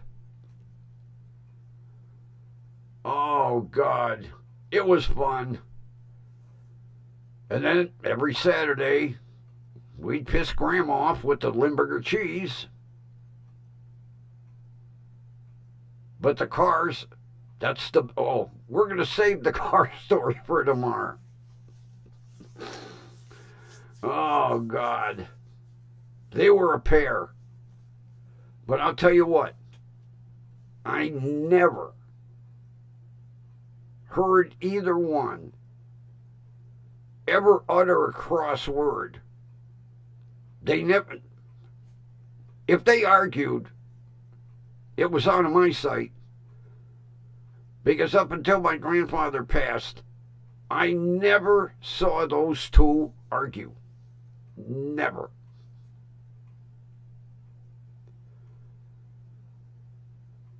They were like a match made in heaven. And my grandmother, she handled the purse strings. She handled the money.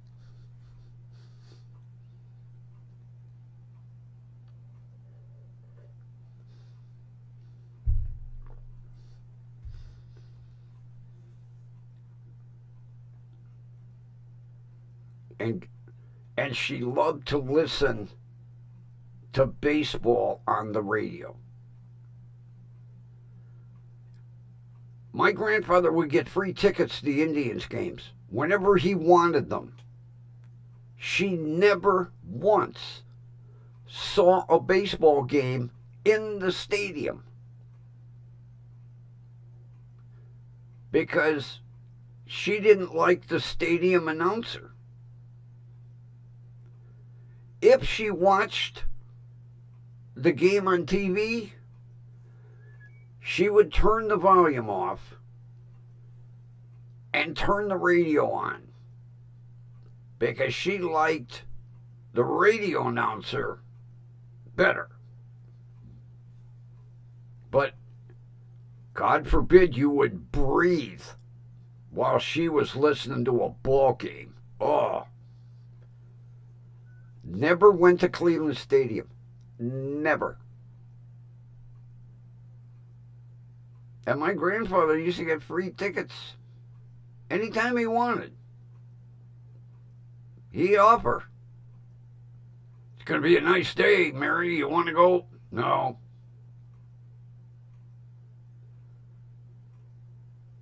You never saw a game at the stadium. Come on. No. I don't know why she never would go.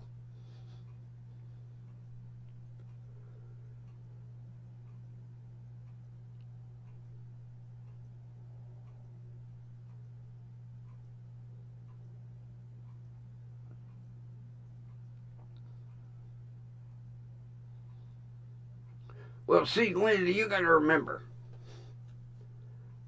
First of all, I told you. Father boxer, mother wrestler, both alcoholics. Anytime they got pissed off, they took it out on me. I have a suspicion my grandfather knew about it. Never say anything because, that was a different era.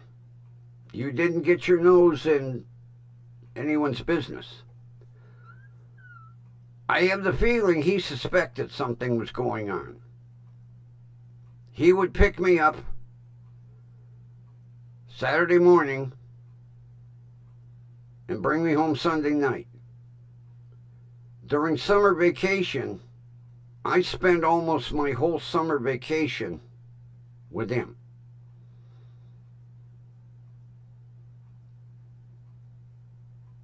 And God, I miss that man to this day. Although I'll tell you what, he taught me everything. Taught me how to wire.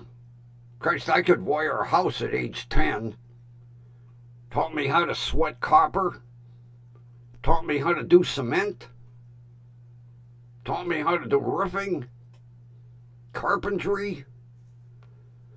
And I had to master hand tools before I could use a power tool.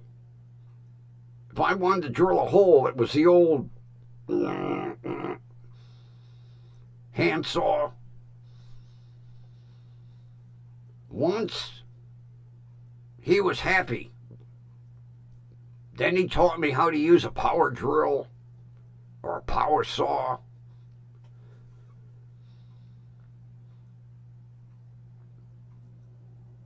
Took me everywhere. Taught me how to fish. No matter where he went, he took me with him.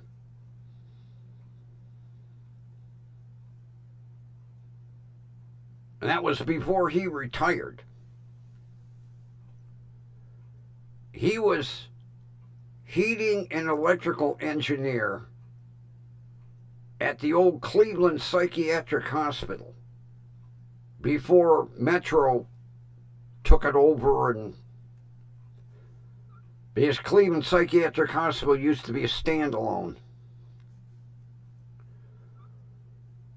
At age 12, I could run a boiler as well as he could. Taught me how to run a boiler in a hospital. Taught me how to read the gauges to make sure the pressure was right, temperature was right. And man, you talk about a weird place. That hospital had 2 sub-basements. And some of the old equipment down there, some of the old shock therapy machines, straitjackets. I had one for the longest time. I don't know where it went.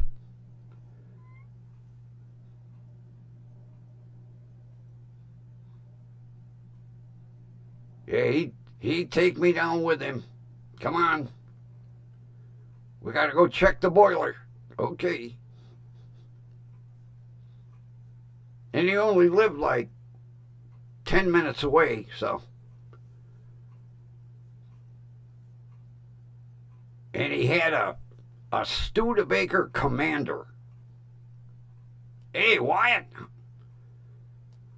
I think I gave you the wrong phone number.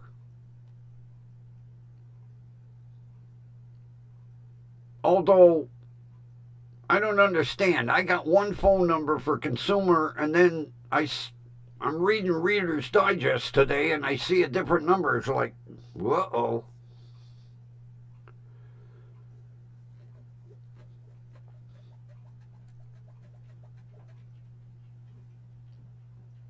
Yeah, I still remember that Studebaker Commander. Oh, what a car. Black and white. And gold. Black, white, and gold.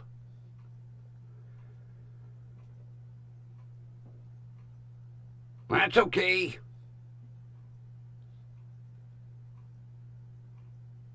But if that phone number doesn't work, I'll give you a different one. Well, it worked. Yeah, in Reader's Digest, it has a completely different number. I don't know why.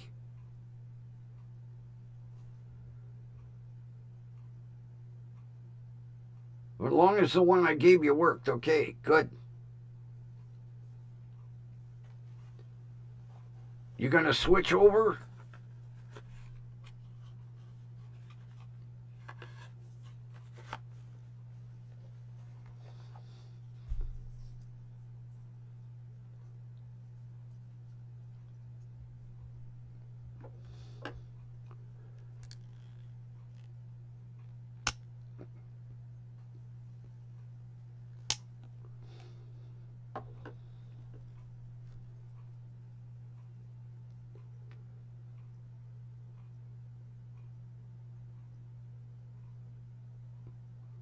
The Dewdrop Inn? Oh, man. Although, my mother's mother played piano and honky tonk. And I'll tell you what, that woman could make a piano talk. Holy cow. She played the old honky tonk piano, the old big upright. Man, she could play a piano and couldn't read a note of music. Played by ear.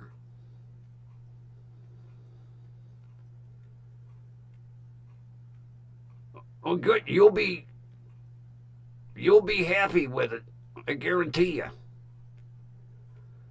The Dewdrop Inn on Northfield Road. Well, see, you're in a different part of town. I never even heard of it. I never got over that way too much.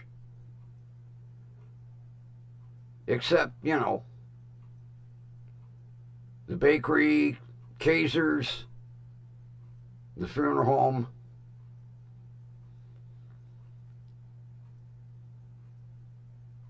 The Dewdrop Inn.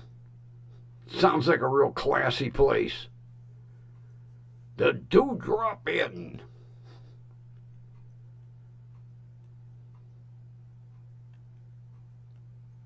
Now that name could go two ways. The dewdrop, you know, the morning dew, or Dewdrop Inn. I think I will. Set me with a big Heineken, please.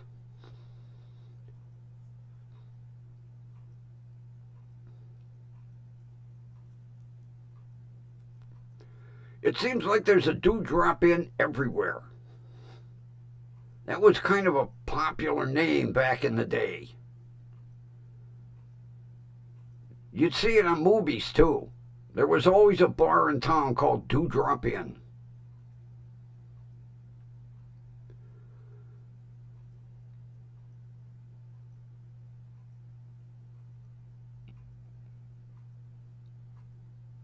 But, you know, I'm the same way.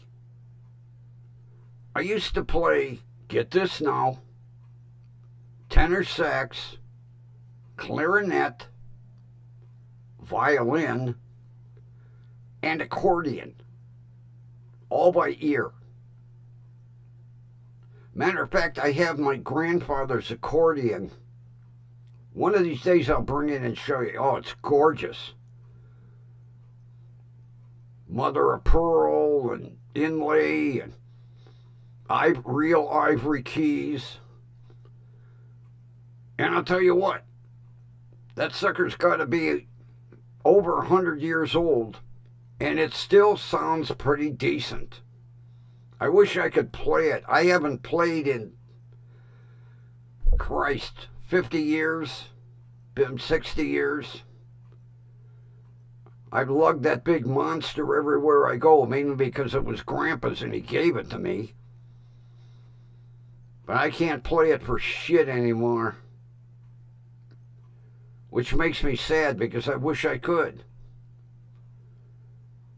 It's a beautiful accordion. He got it from somewhere overseas.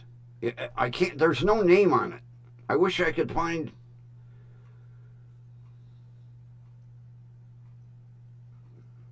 I wanted to get it appraised, and there's no music stores around anymore. I wanted to see what it's worth. But it's heavy. Oh, God, is it heavy, son of a bitch.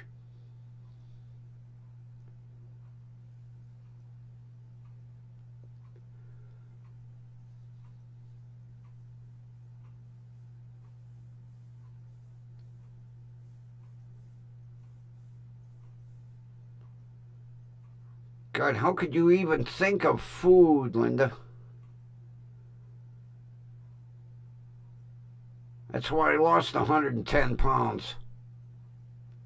I couldn't bear to look at the shit. I lived on goddamn smoothies because that's about the only thing I could keep down.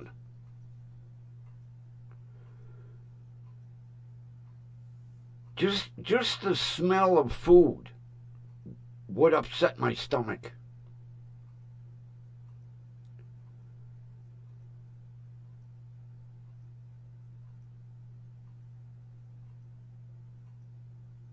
Yeah, I tell everybody, you know, you want to lose weight? Go through chemo. Works like a charm. You know how to lose weight? You don't have an appetite either.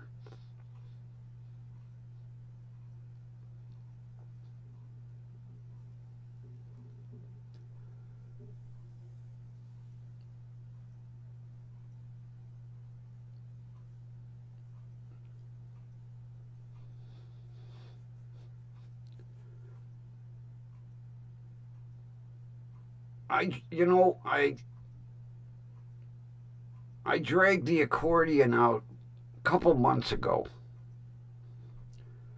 just to test the keys. One at a time, and test the buttons.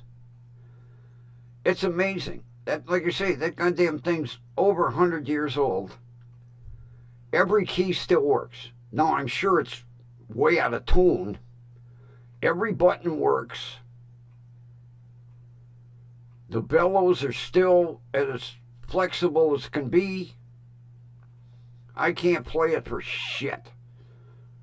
And it really bugs the piss out of me because I used to love playing that thing.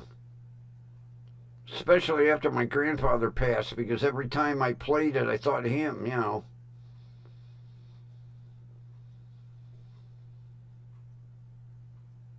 I'll drag it in here one day. I need a goddamn tow truck to... You know, I went... There's a goddamn guitar center. I went in one day just to look around.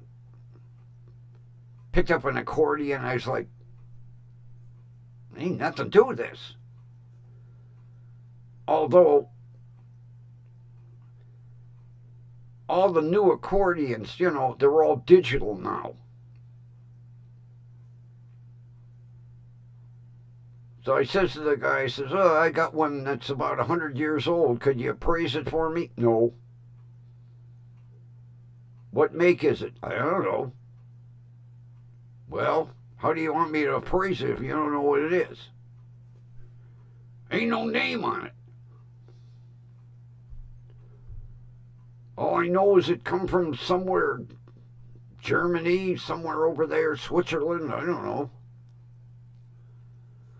know. Probably ain't worth nothing. Oh, okay.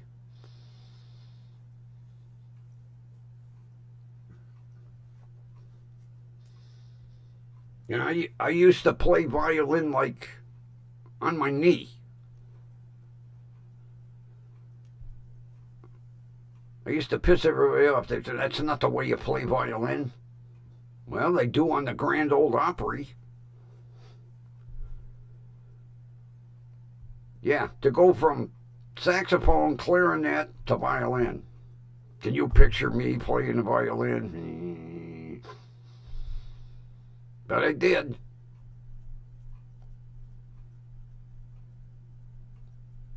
And my sister played clarinet, piccolo, and tuba.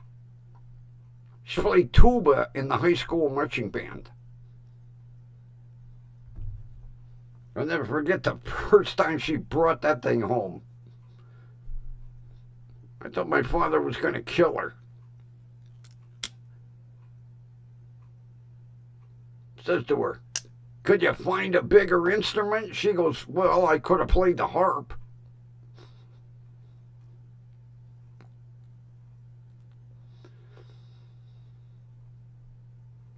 you see trying to drag a harp around?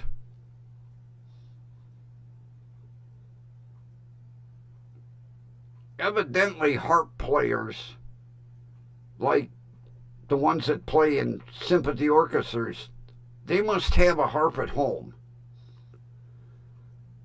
Because I can't see them dragging a harp in.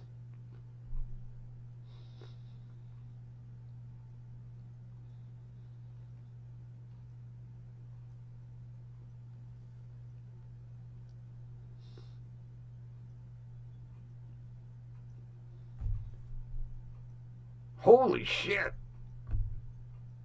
I wasn't paying no attention to time. God, I won't be eating until fucking 11 o'clock by the time I cook my Italian sausage again tonight. Oh, that was tasty last night. Good old hot Italian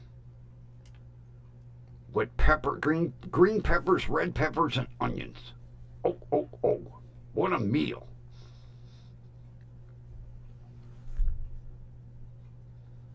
Now I lost my stylus again. Where the hell's my stylus? Oh, there it is. Open your eyes, Grumpy. I think it's that time, peoples.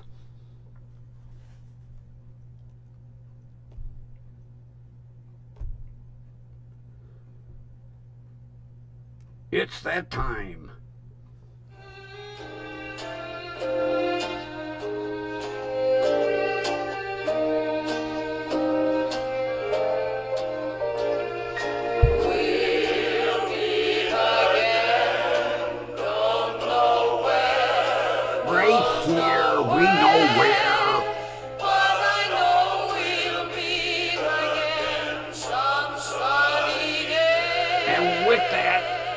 Everybody, thank you for being here.